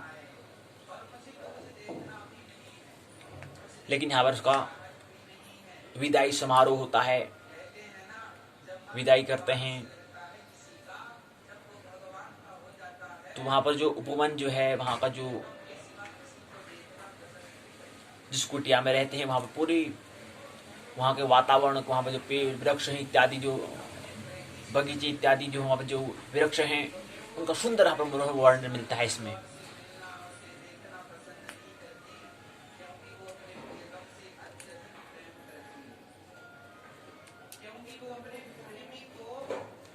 और यहाँ पर जो प्रिय सखी हैं, एक विदाई समारोह यहाँ पर होता है, विछोड़न यहाँ पर होता है। लताओं, वृक्ष, वन, मृगों आदि की यहाँ पर विदाई वो जब लेते हैं, विदा करते हैं। और यहाँ पर पिता जो कण्व है वो शिक्षा, आदर्श शिक्षा राजा के लिए वो संदेश देते हैं, शकुंतला को शिक्षा देते हैं। कहते हैं कि दुष्यंत राजा क्या है, आदर्श शिक्षा और राजा को संदेश वो देते हैं कि आदर्श शिक्षा और राजा के लिए उन्हें क्या करना है शकुंतला को, इस पर वो बात बताते हैं। अच्छा संवाद यहाँ पर शकुंतला के लिए कश्यप जो कण्व जो ऋषि हैं उनके बीच में संवाद यहाँ पर होता है।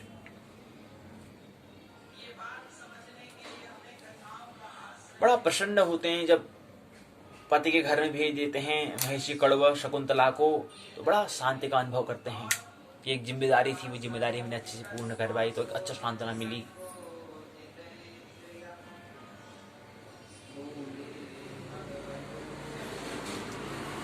यहाँ पर महत्वपूर्ण सूत्र यहाँ पर प्रसंग आता है। चारों श्रेष्ठ श्लोक यहाँ पर, इसमें चार जो महत्वपूर्ण सूत्र श्लोक जो यहाँ पर इसी अंक में दिए गए हैं।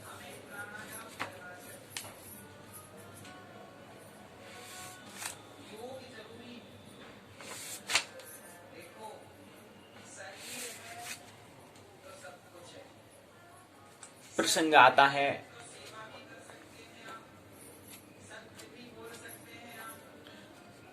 चतुर्थ अंक,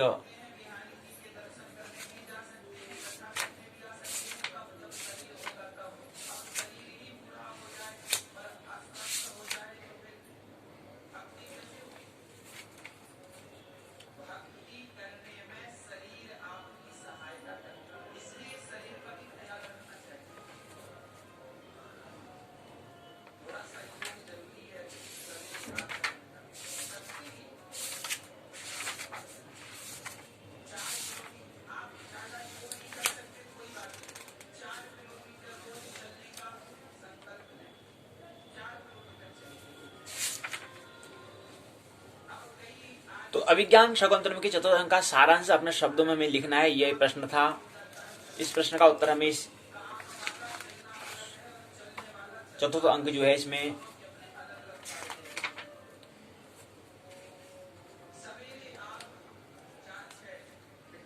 एक से 11, 12 से 22 तक सूत्र, यानी कि 22 श्लोक इसमें दिए गए हैं चतुर्थ अंक में। अब श्लोकों में क्या बताना होता है, सभी 22 सूत्र में श्लोक नहीं बताने, सूत्र नहीं बताने, हमें जो महत्वपूर्ण, जो हमें जिसमें हमें जो बात हमें समझ में आई, जो महत्वपूर्ण होते वो सूत्र हमें बताने होते हैं।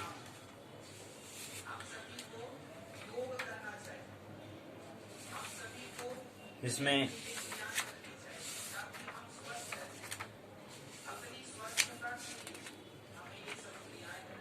एक सूत्र यह है,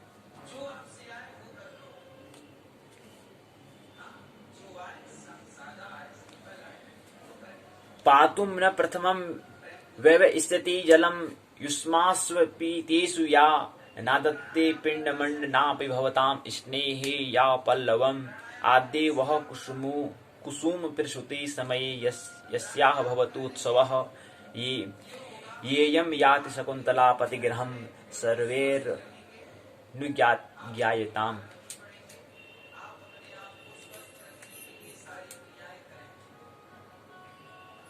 जो प्रातःकाल आपको जल पिलाए बिना स्वयं जल पीने के लिए उद्यत नहीं होती,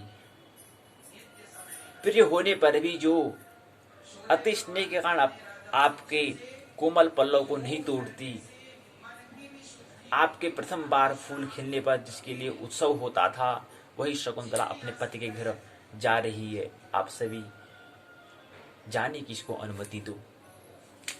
इस तरह सूत्र, एक दो सूत्र इसमें दिए हुए हैं। इन दो महत्वपूर्ण सूत्रों पर हमें बात करना है, हमें जिक्र कर देना है और बता देना है। अगला है संकल्पितम प्रथमेव मया तवार्थे से लेकर के षण प्रतिवित चिंतः, इस सूत्र पर भी हमें बात करना है कि मेरे द्वारा तुम्हारे लिए जिस प्रकार से पति की संकल्पना की गई थी, वैसे ही अपने योग्य मैंने पति को तुमने अपने पुण्य कर्म से प्राप्त किया है। क्योंकि तुम दोनों ने प्रेम किया है, तो अपने योग्य व्यक्ति आपने पति आपने चुना है, अपने योग्य व्यक्ति आपने चुना, पति चुना, यही आपका पुण्य कर्मों का प्रभाव है। ऐसा कड़वा शकुंतला को उपदेश देते हैं। नवलतिका ने आम वृक्ष का सहारा पा लिया हो, इस प्रकार समय इसके प्रति और तुम्हारे प्रति में चिंता से अब रहित हो गया हूं, ऐसे कड़वा कहते हैं। तो अच्छा प्रसंग यहाँ पर है, एक प्रसंगों में, इसलिए इस प्रसंग चौथे प्रसंग में यहाँ पर मिलता है। तीनों का चरित्र जो है यहाँ पर जिक्र का यहाँ पर उल्लेख होता है, इसलिए इसके चतुर्थ अंक को अन्य अंक की अपेक्षा श्रेष्ठ अंक कहते हैं। तो ये बात हमें क्या करनी है, तीसरे बात अंक में करनी है। यहीं पर क्या होता है, ये प्रसंग पूर्ण होता है, यानी कि दीर्घोत्तरी जो है वो खंड पूर्ण होता है। अब आएगा खंड दूसरा। ये खंड पहला था, खंड दूसरे में हमें बात करनी है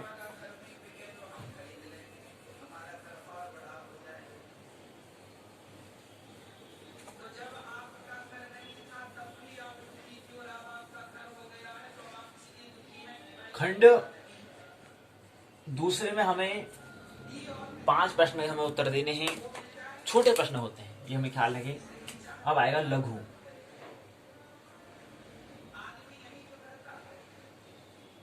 उत्तरी प्रश्न।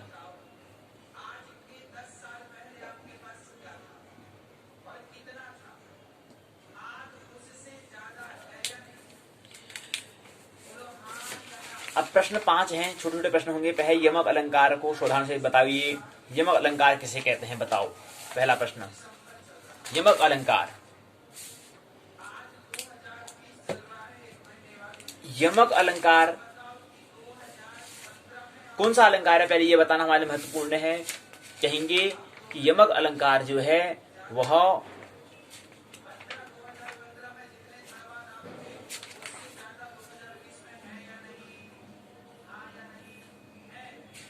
यमक अलंकार जो आता है शब्द अलंकार के अंतर्गत आता है। श्लेष अलंकार भी शब्द अलंकार के अंतर्गत आता है और यमक भी शब्द अलंकार के अंतर्गत आता है। तो यमक अलंकार को हमें उदाहरण सहित बताना है। इसके कोई भाग नहीं होते हैं, इसलिए केवल इसको यमक अलंकार में पूछा। तो यमक अलंकार के लिए कहेंगे तो पहला प्रश्न हो जाएगा हमारा, पहला प्रश्न उसका उत्तर हो जाएगा कि यमक अलंकार जो है, यमक का मतलब होता है, ये क्या है, यमक अलंकार शब्द अलंकार के अंतर्गत आता है। अनेक वर्णों के समूह की आवृत्ति यहाँ पर होती है, वहां पर हम यमक अलंकार कहेंगे। जहाँ पर अनेक वर्ण होंगे, अनेक अक्षर होंगे और अक्षरों के समूह की जहाँ पर आवृत्ति हो रही, पुनरावृत्ति जहाँ पर हो रही, तो वो यमक अलंकार कहलाता है। इसका लक्षण और उदाहरण हमें बताना है, उदाहरण से हमें बताना है। तो इस सूत्र को हमें याद करना होगा, रखना होगा ध्यान। आवृत्त वर्ण स्त वकम स्तव कंदांकुरम कवेह यमकम प्रथमा धुर्य माधुर्य वचसौ विदुः। ये तो हमने बता दिया लक्षण। अब उदाहरण, इसको उदाहरण से बताना तो उदाहरण में ये बता देंगे। उदाहरण को पता हमें विस्तार करना पड़ेगा कि यमक में विभिन्न अर्थ शब्दों की आवृत्ति होती, विभिन्न अर्थ होंगे, उसके शब्द की आवृत्ति पुनरावृत्ति हो रही होगी। जिसमें यहाँ इस सूत्र में दिया है स्तव स्तवकः स्तवकः, 2 शब्द यहाँ पर दिए हैं। दूसरे पंक्ति में माधुर्य माधुर्य की आवृत्ति 2 बार हो रही है, मतलब 2 बार पुनरावृत्ति हो रही है। तो वर्ण समूह की पुनरावृत्ति होने पर यहाँ यमक अलंकार है। यमक अलंकार में कहीं सार्थक तो कहीं पर निरर्थक परस्पर भिन्न भिन्न अर्थ स्वर व्यंजन समुदाय की उसी क्रम में आवृत्ति होती है।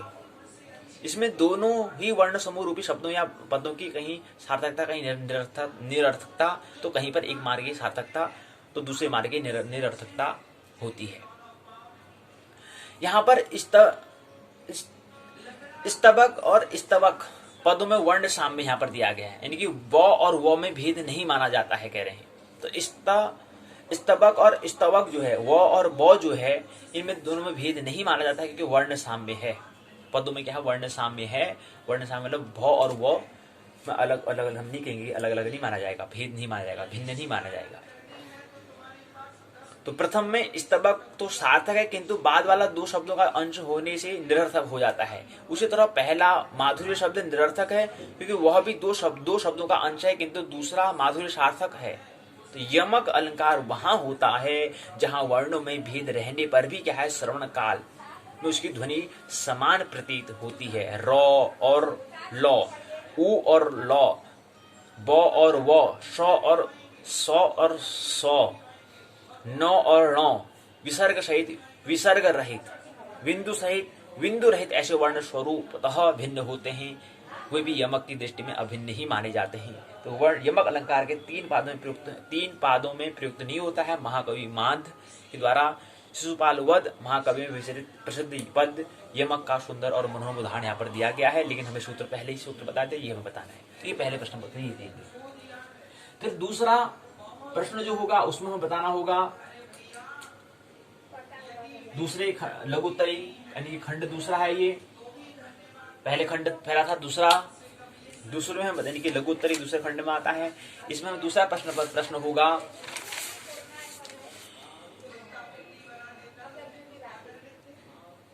नाट्य साहित्य का उद्भव और विकास पर थोड़ा हमें बताओ। नाटक किसे कहते हैं, उसका उद्भव कहां से हुआ, उसका विकास क्या हुआ, उसके बारे में थोड़ा हमें बताने का प्रयास करो। नाटक क्या है, उसका उद्भव कहां से हुआ है, उत्पत्ति कहां से हुई है, नाटक की उत्पत्ति कहां से होती है।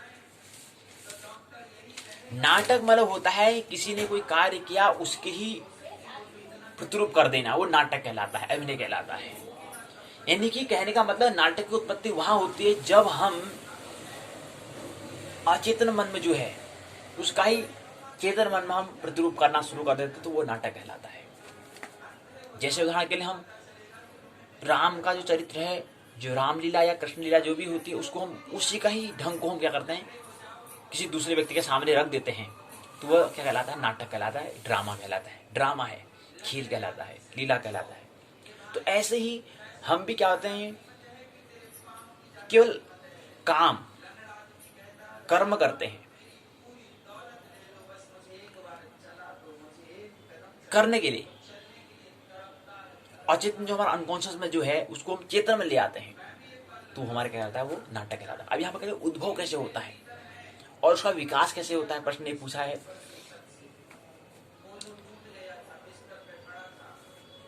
नाटक का उत्पत्ति, उसका जन्म, बर्थ कैसे होता है, जब हम जाग जाते हैं। जब हम जागने भी हमारा जब जागना हो जाता है, तब जाके हमारा जीवन जो हम करेंगे वो नाटक है। वो काम जो कोई भी जो कार्य करेंगे वो अभिनय, जैसे मतलब हम कोई किसी व्यक्ति ने करा होगा, कोई कर रहा होगा, किसी का हम कोई करने वाला कोई और है, उसका हम प्रतिरूप कर रहे होते हैं। जैसे हम रामलीला में देखते हैं, हम राम का चरित्र है लेकिन हम क्या कर रहे हैं, केवल अभिनय कर रहे हैं, उसका केवल नाटक हम कर रहे हैं, लीला कर रहे हैं, खेल कर रहे हैं। ऐसे ही कोई है, कोई और प्रकृति गुण काम कर रहे होते हैं, काम कोई और कर रहा होता है, हम केवल एक अभिनय का काम कर रहे होते हैं, मतलब उसको केवल उसका किसी अन्य व्यक्ति के सामने रख दे रहे हैं, बस वो ही नाटक कहलाता है। लेकिन कब होगा ये, जब हम जाग जाएंगे, जागने में भी जाग जाएंगे हम, जब हमारा जागरण होगा, जब हमें स्मरण हो जाएगा, तब हमारा जीवन नाटक कहलाएगा, खेल कहलाएगा। और जब हम उस पर हम कोई भी कर्म करेंगे, उसमें हमारे जब नहीं होगी, इच्छा हमारी नहीं होगी, केवल कर्म करने, कर्तव्य के लिए, धर्म के लिए, दायित्व को पूर्ण करने के लिए जब हम कर्म करेंगे, तो वो हमारा अभिनय कहलाएगा, वो हमारा नाटक कहलाएगा। उद्भव कहाँ से होता है, उत्पत्ति कैसे होती है, उत्पत्ति ऐसी होती है जब हम उसका जन्म जब हमारा खाता है जब हम जाग जाते हैं।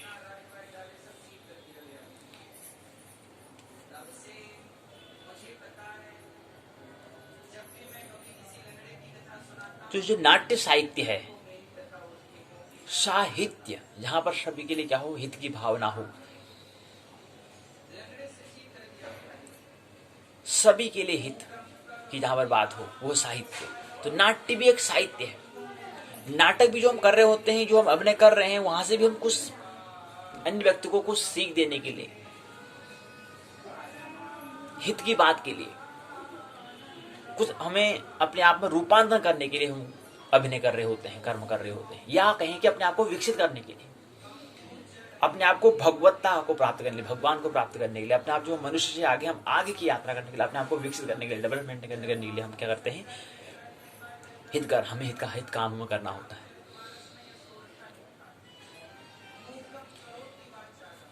उद्भव कैसे हुआ, इसको बताने का प्रयास यहां पर करें।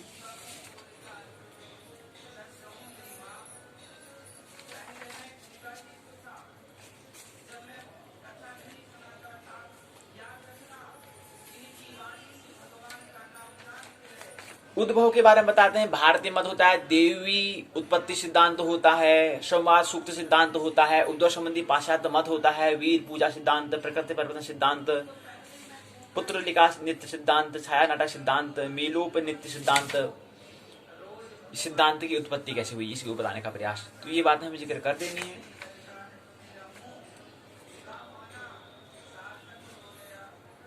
इस सूत्र में हमें इस तरह की बात हमें करनी, तो बता देंगे कि हमें नाट्य का उद्भव कैसे हुआ। अब नाट्य जो है, हम कह रहे हैं नाटक का मतलब होता है कि उसका मतलब होता है कि अवस्था अनुकृति नाट्यकम, यानी कि अवस्था अनुकृति नाटकम, यानी कि कोई ऐसी अवस्था रही, उस अवस्था को दूसरी व्यक्ति के सामने रख देना, उसी आकृति को उठाकर रख देना, वो नाटक कहलाएगा। तो इसलिए नाटक की परिभाषा क्या होगी, अवस्था अनुकृति नाट्यम। नाट्य जो होगा वो अवस्था के अनुकरण, मतलब किसी व्यक्ति ने अच्छा ऐसा अभिनय करा, ऐसा काम करा, उसको ही दूसरे व्यक्ति के सामने रखना, वो क्या कहलाएगा, डुप्लीकेट करना, वो नाटक कहलाएगा। तो इसलिए अवस्था के अनुरूप अनुकृति जो हम करते हैं, उसके अनुरूप जो अपने आचरण को हम परिवर्तन, उस रूप में हम अपने आचरण को ला रहे हैं, वो कहलाता है, नाटक कहलाता है। तो अवस्था के अनुरूप, जो हमारी अवस्था, किसी व्यक्ति ने कहा कि ऐसा है, उसने ऐसी अवस्था उसकी रही, तो उसी अवस्था को हम क्या करते हैं, उसके साथ रख दे रहे हैं, अनुकरण कर दे रहे हैं। अनुकरण मैंने उसका उसी तरह आचरण में ला रहे हैं, वो अवस्था, वो नाटक कहलाएगा। तो अवस्था अनुकृति अनुकरणम, अवस्थानुकृति नाट्यम, अवस्था के अनुगुण को नाटक कहते हैं। इसमें बता देंगे कि उसका उत्पत्ति जो है, उद्भव होने का में संबंधी में भारतीय मत होते हैं। भारतीय मत में देवी उत्पत्ति सिद्धांत आता है, समाज सूक्त सिद्धांत आता है, उद्भव संबंधी पाश्चात्य मत जो है उसमें वीर पूजा सिद्धांत, प्रकृति परिवर्तन सिद्धांत और पुत्तलिका नित्य सिद्धांत, छाया नाटक सिद्धांत और मेपोल नित्य सिद्धांत आ जाता है। ये 5 सिद्धांत बात कर पूर्ण हो जाएगी। दूसरा प्रश्न भी पूर्ण। तीसरा प्रश्न को प्रवेश करें। तीसरा प्रश्न है,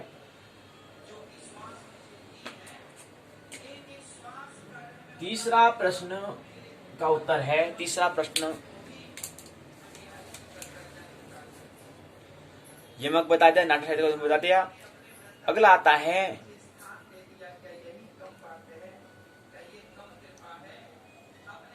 शिखरणी छंद को लक्षण और उदाहरण से बताइए। अब छंद के बारे में पूछा गया। छंद के बारे में हमें ख्याल रखना है कि क्या है, अंतिम इकाई 13वीं इकाई है, छंद के लक्षण उदाहरण में बताने होते हैं। शिखरणी अर्थात हमने पूछे गए थे 12 हमारे पास छंद थे, अनुष्टुप, आर्या, इंद्रवज्रा, उपइंद्रवज्रा, उपजाति, वंशस्थ, श्रगधरा, वसंत तिलका, शिखरणी, शार्दूल, विकृत, मालिनी, भुजंग प्रियाद, मंदाक्रांता। 1 2 3 4 5 6 7 8 9 10 11 12 13 यहाँ पर भी हैं। 13 इकाई, तो 13 छंद हैं। वहां पर अलंकार कितने, 19 अलंकार थे। यहाँ पर 13 इकाई, पूरी इस पुस्तक में 13 इकाइयां हैं, तो 13 इकाई में 13 छंद, 13वें नंबर पर क्या है, छंद का जिक्र है। 13वें इकाई में छंद आता है और 13 छंद भी हैं, जिसमें एक छंद जो है आर्या, वणिक, शेष, दो छंद होते हैं, एक वर्णिक होता है, एक मात्रिक होता है। तो इसमें जो आर्या जो है वो क्या है, मात्रा छंद है, मात्रिक छंद है आर्या, और शेष क्या है, वर्णिक छंद है। शेष 12 जो छंद है वो वर्णिक छंद है। एक आर्या एक मात्र छंद जो दिया है इस पाठ्यक्रम में, एक मात्र आर्य छंद ऐसा है जो मात्रिक छंद है। शेष अनुष्टुप, इंद्रवज्रा, उपेंद्र वज्रा, उभिजाति, वंशस्थ, श्रेगधरा, वसंतलिका, शिखरिणी, शार्दुल, विक्रीट हो गया, मालिनी हो गया, भुजंग प्रियात हो गया, मंदाक्रांता हो गया, ये सब क्या है, वर्णिक छंद है। मात्रा और वर्ण मतलब होता है अक्षर, एक मात्रा और एक अक्षर।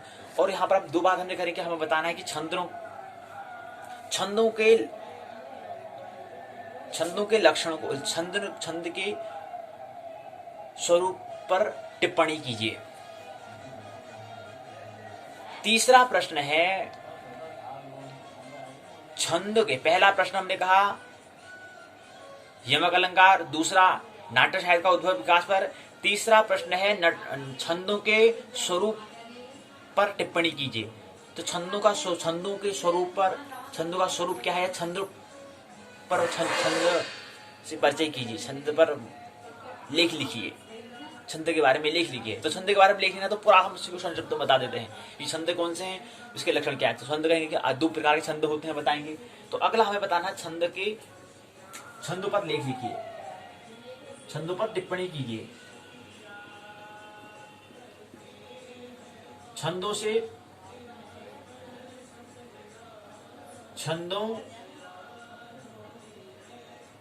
छंदों का परिचय दीजिए, या छंदों पर सारांश लिखिए, ऐसा भी हो सकता है। दूसरा प्रश्न ऐसा सकता है छंदों पर सारांश लिखिए, छंदों पर सारांश लिखिए, मतलब सारांश बताओ, जो बताया उसको पूरा छंद, जो 13 छंद है उसको सारांश बताओ। इसलिए हम बताएंगे कि छंद जो होता है, अर्थात मुख्य बिंदु हमारे पास क्या है, छंद है। तो छंद में ये तीसरा प्रश्न है, छंद में हमें बताना पड़ेगा पहला छंद मात्रिक, दूसरा वर्णिक। मात्रिक में एक मात्रा आर्या छंद आता है, और शेष छंद 12 छंद क्या है, वर्णिक छंद है। 12 छंद वर्णिक है, एक छंद आर्या है। इसके लिए हमने कहा कि मात्रा होती, 3 मात्रा होती है। एक खड़ी लाइन जैसी रेखा जो होती है इसको हम एक मात्रिक कहते हैं, और दीर्घ को हम ये दिखाते हैं, और तीसरे को हम पलुत कहेंगे तो यहां पर ये दिखाते हैं। यमाता राजभान सलगा, तो इस सूत्र में हमें वहां पर एक राजभान सलगा, लघु और गुरु, तो ये जो है लघु कहलाएगा, ये गुरु कहलाएगा, ये प्लुत है। तो मात्रिक में क्या है, एक मात्रिक, द्विमात्रिक, त्रिमात्रिक। तो एक मात्रिक में इसको हम लघु कहेंगे, इसको दीर्घ कहेंगे या गुरु कहेंगे, और तीसरे को प्लुत कहेंगे। तो 3 मात्रिक, त्रिमात्रिक होता है।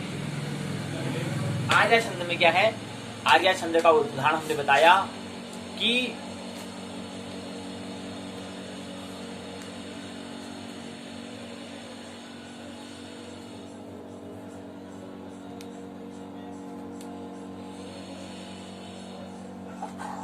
अज्ञः शुकम आराध्यः शुकतरम आराध्यते विशेषज्ञः ज्ञान लव दुर्विदग्धम ब्रह्म अपि तम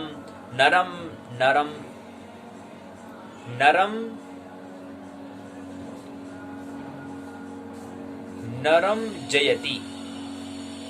ये छंद क्या है, आर्या, इनकी मात्र छंद का जो है इसका उदाहरण है।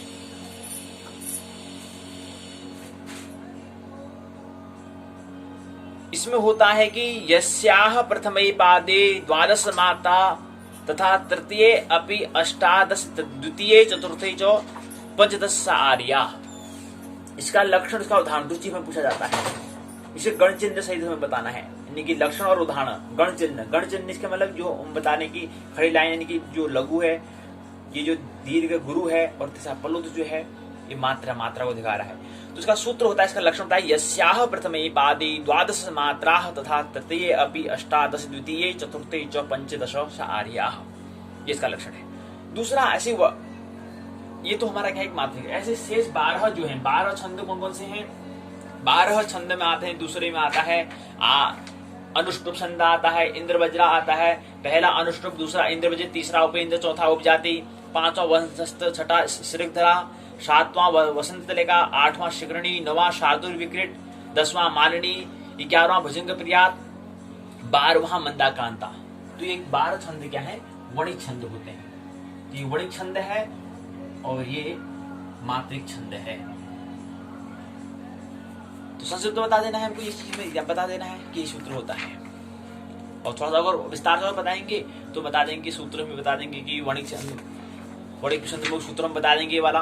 दूसरे में अनुष्टुप में बता देंगे वर्णानाम व्रत संज्ञानाम रसानाम छंसाम मंगलानाम जगत्तारो वंदे वाणी विनायकौ, ये सूत्र अनुष्टुप हो जाएगा। इंद्र वज्रा में कह देंगे, इसका उदाहरण बताओ, नीलाम भुजश्यामल कोमलांगम सीता समारोपितवाम भागम पाणो महासायक चारुजापम नमामि रामम रघुवंशनाथम, यह हो जाएगा हमारा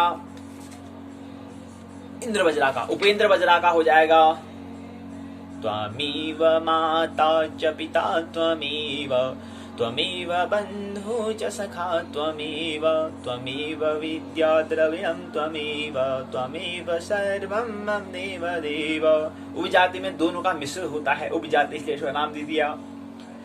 ये साम्य विद्या न तपो न दानम ज्ञानम न शीलम न गुणो न धर्म, ते मर्त्यलोके भुवि भारभूता मनुष्य रूपेण मृगाश्चरन्ति, ये इसमें हो जाएगा। अगला वंशस्थ में बताएंगे,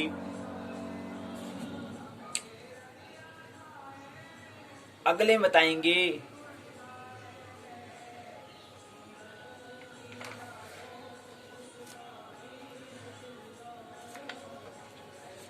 वंशस्थ।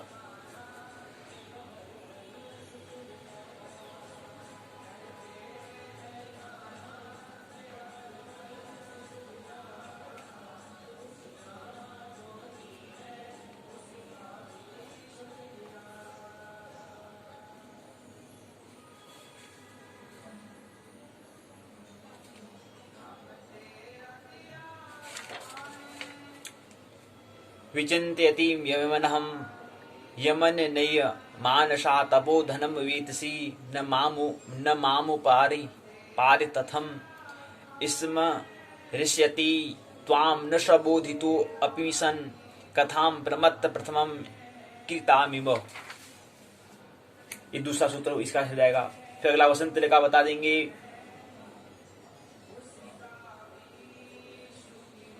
या वीणा या कुंदेन्दु तुषारहार धवला या शुभ्रवस्त्रावृता, श्रीगणिका बता देंगे।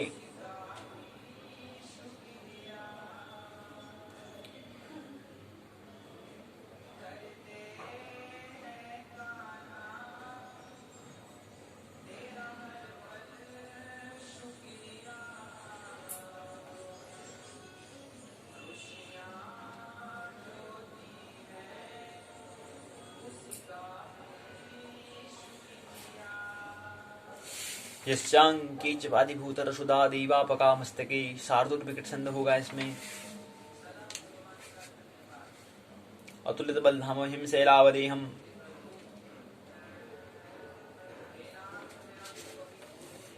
नमामि समीशा निर्वाण रूपम भुजंग प्रियात, मंदाक्रांत में शांताकारम भुजगशयनम, ये सूत्र से दे देंगे, बस ये बात हम कर देंगे।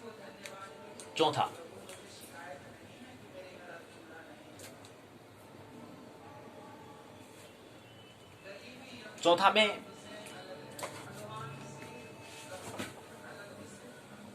लघु उत्तरी के अंदर चौथा प्रश्न है, उसका उत्तर हमें देना होगा।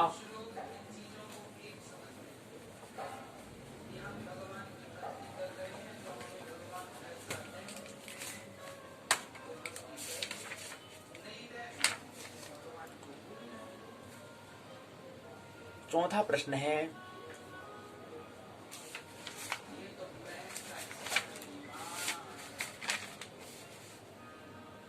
शिखरणी छंद को लक्षण से बताओ। प्रश्न चौथा हो गया शिखरणी। शिखरणी छंद जो है वणिक छंद है।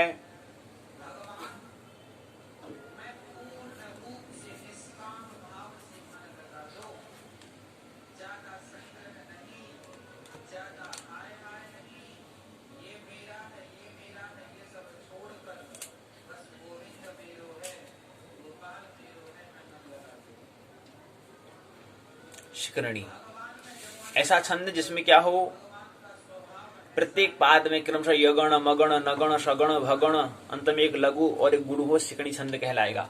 6 या 11वें वर्ण में यति तथा विरामावस्था थोड़ा रिक्त स्थान हो, वो शिखरणी छंद कहलाएगा। उसके लिए एक सूत्र हमें समझना पड़ेगा, वो रहेगा य माता। य माता राज राजभान सलगा, ये सूत्र हमें याद रखना पड़ेगा। य माता राजभान सलगा वाला सूत्र याद रखना पड़ेगा। यहाँ से हमें गण 3 वर्ण के कहते हैं, एक गण होता है, एक ऐसे ही यगण मगण तगण रगण जगण भगण नगण सगण और लौ से लघु गौ से गुरु, ये 2 सूत्र आ जाते हैं। इस सूत्र से हमें क्या है 1 2 3 4 5 6 7 8 गण होते हैं। यह बात हमें समझ आई। 8 गण में कौन सा बता रहा है, जिसमें क्या हो, जिसमें क्रमशः यगण हो मगण हो नगण हो सगुण हो भगुण हो, अंत में लघु और गुरु हो। 6ठा और 11वें वर्ण जो अक्षर होगा उसमें क्या हो, यति हो। तो ऐसे को हम शिखरणी छंद कहेंगे।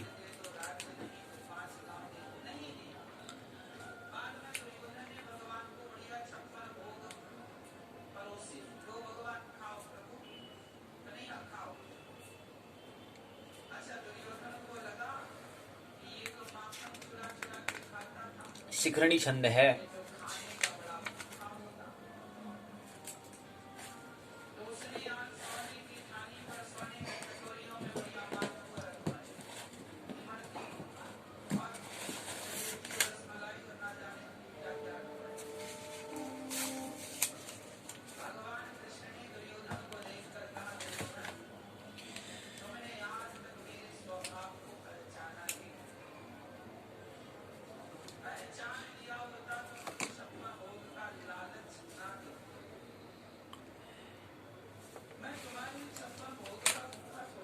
इसका लक्षण और उदाहरण में बताना। लक्षण में बताएंगे सूत्र रसेरु रसेरु रसेरु द्रैच्छिन्नाः यमन सभलाघ शिखरणी, ये इसका लक्षण है। उदाहरण के लिए इसी का लक्षण यही उदाहरण के लिए बताया है। महाभागः कामम नरपति प्रभिन्न स्थिति रसौ न कश्चित द्वर्वर्णा नाम पथम मपकृष्टो अपि भजते तथापीदं स्वप्न परिचित विविक्तेन मनसा जनाकीर्ण मन्ये हुत वह परितम गृहमिव, जिसमें लिखा है जना की जो क्या है एक लघु है, ना गुरु और की भी गुरु है।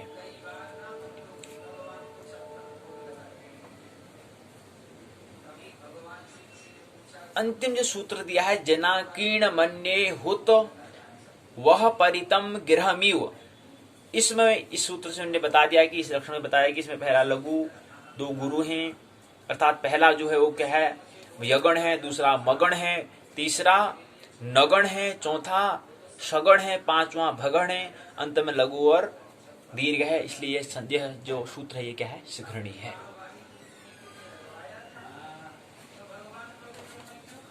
चौथे का पांचवा है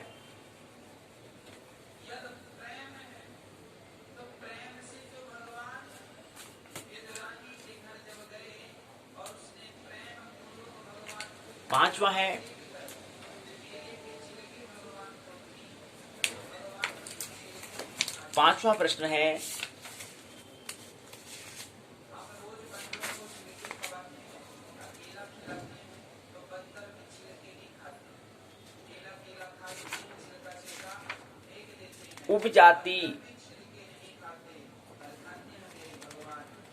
उपजाति छंद के लक्षण सहित उदाहरण एवं लक्षण सहित व्याख्या करो या स्पष्ट करो। तो अगला सूत्र है उपजाति, अगला संध है उपजाति। पहला शिकरणी था, चौथा प्रश्न में शिकरणी हमने संध देखा, अब उपजाति को देखेंगे। उपजाति, उपजाति का मतलब होता है जिसमें क्या हो, इंद्र वज्रा और उपेंद्र वज्रा दोनों हो। इंद्र वज्रा और उपेंद्र वज्रा, उपेंद्र वज्रा दोनों क्या हो, विद्यमान रहे, उसको हम उपजाति कहते हैं। उपेंद्र वज्रा, इसके लिए हमें क्या करना पड़ेगा, इससे पहले हमें सबसे पहले इंद्र वज्रा को, हमें छंद को समझना पड़ेगा, दूसरा फिर उपेंद्र वज्रा को समझना पड़ेगा। इंद्र वज्रा क्या है, इस्यादि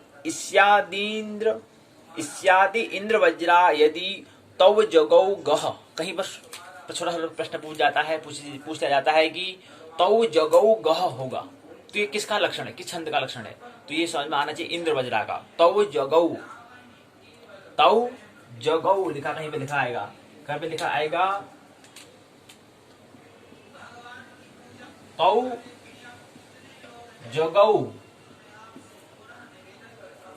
तव जगौ, कहीं पर जिसे लिखा हुआ किसका लक्षण है ये, तव जगौ किसका है, ये इंद्र वज्रा का है। जिसमें मतलब क्या है, तौ जगौ से पता चल रहा है, तो में तगण, तो का मतलब है तगण, ज का मतलब जगण और गौ का मतलब होता है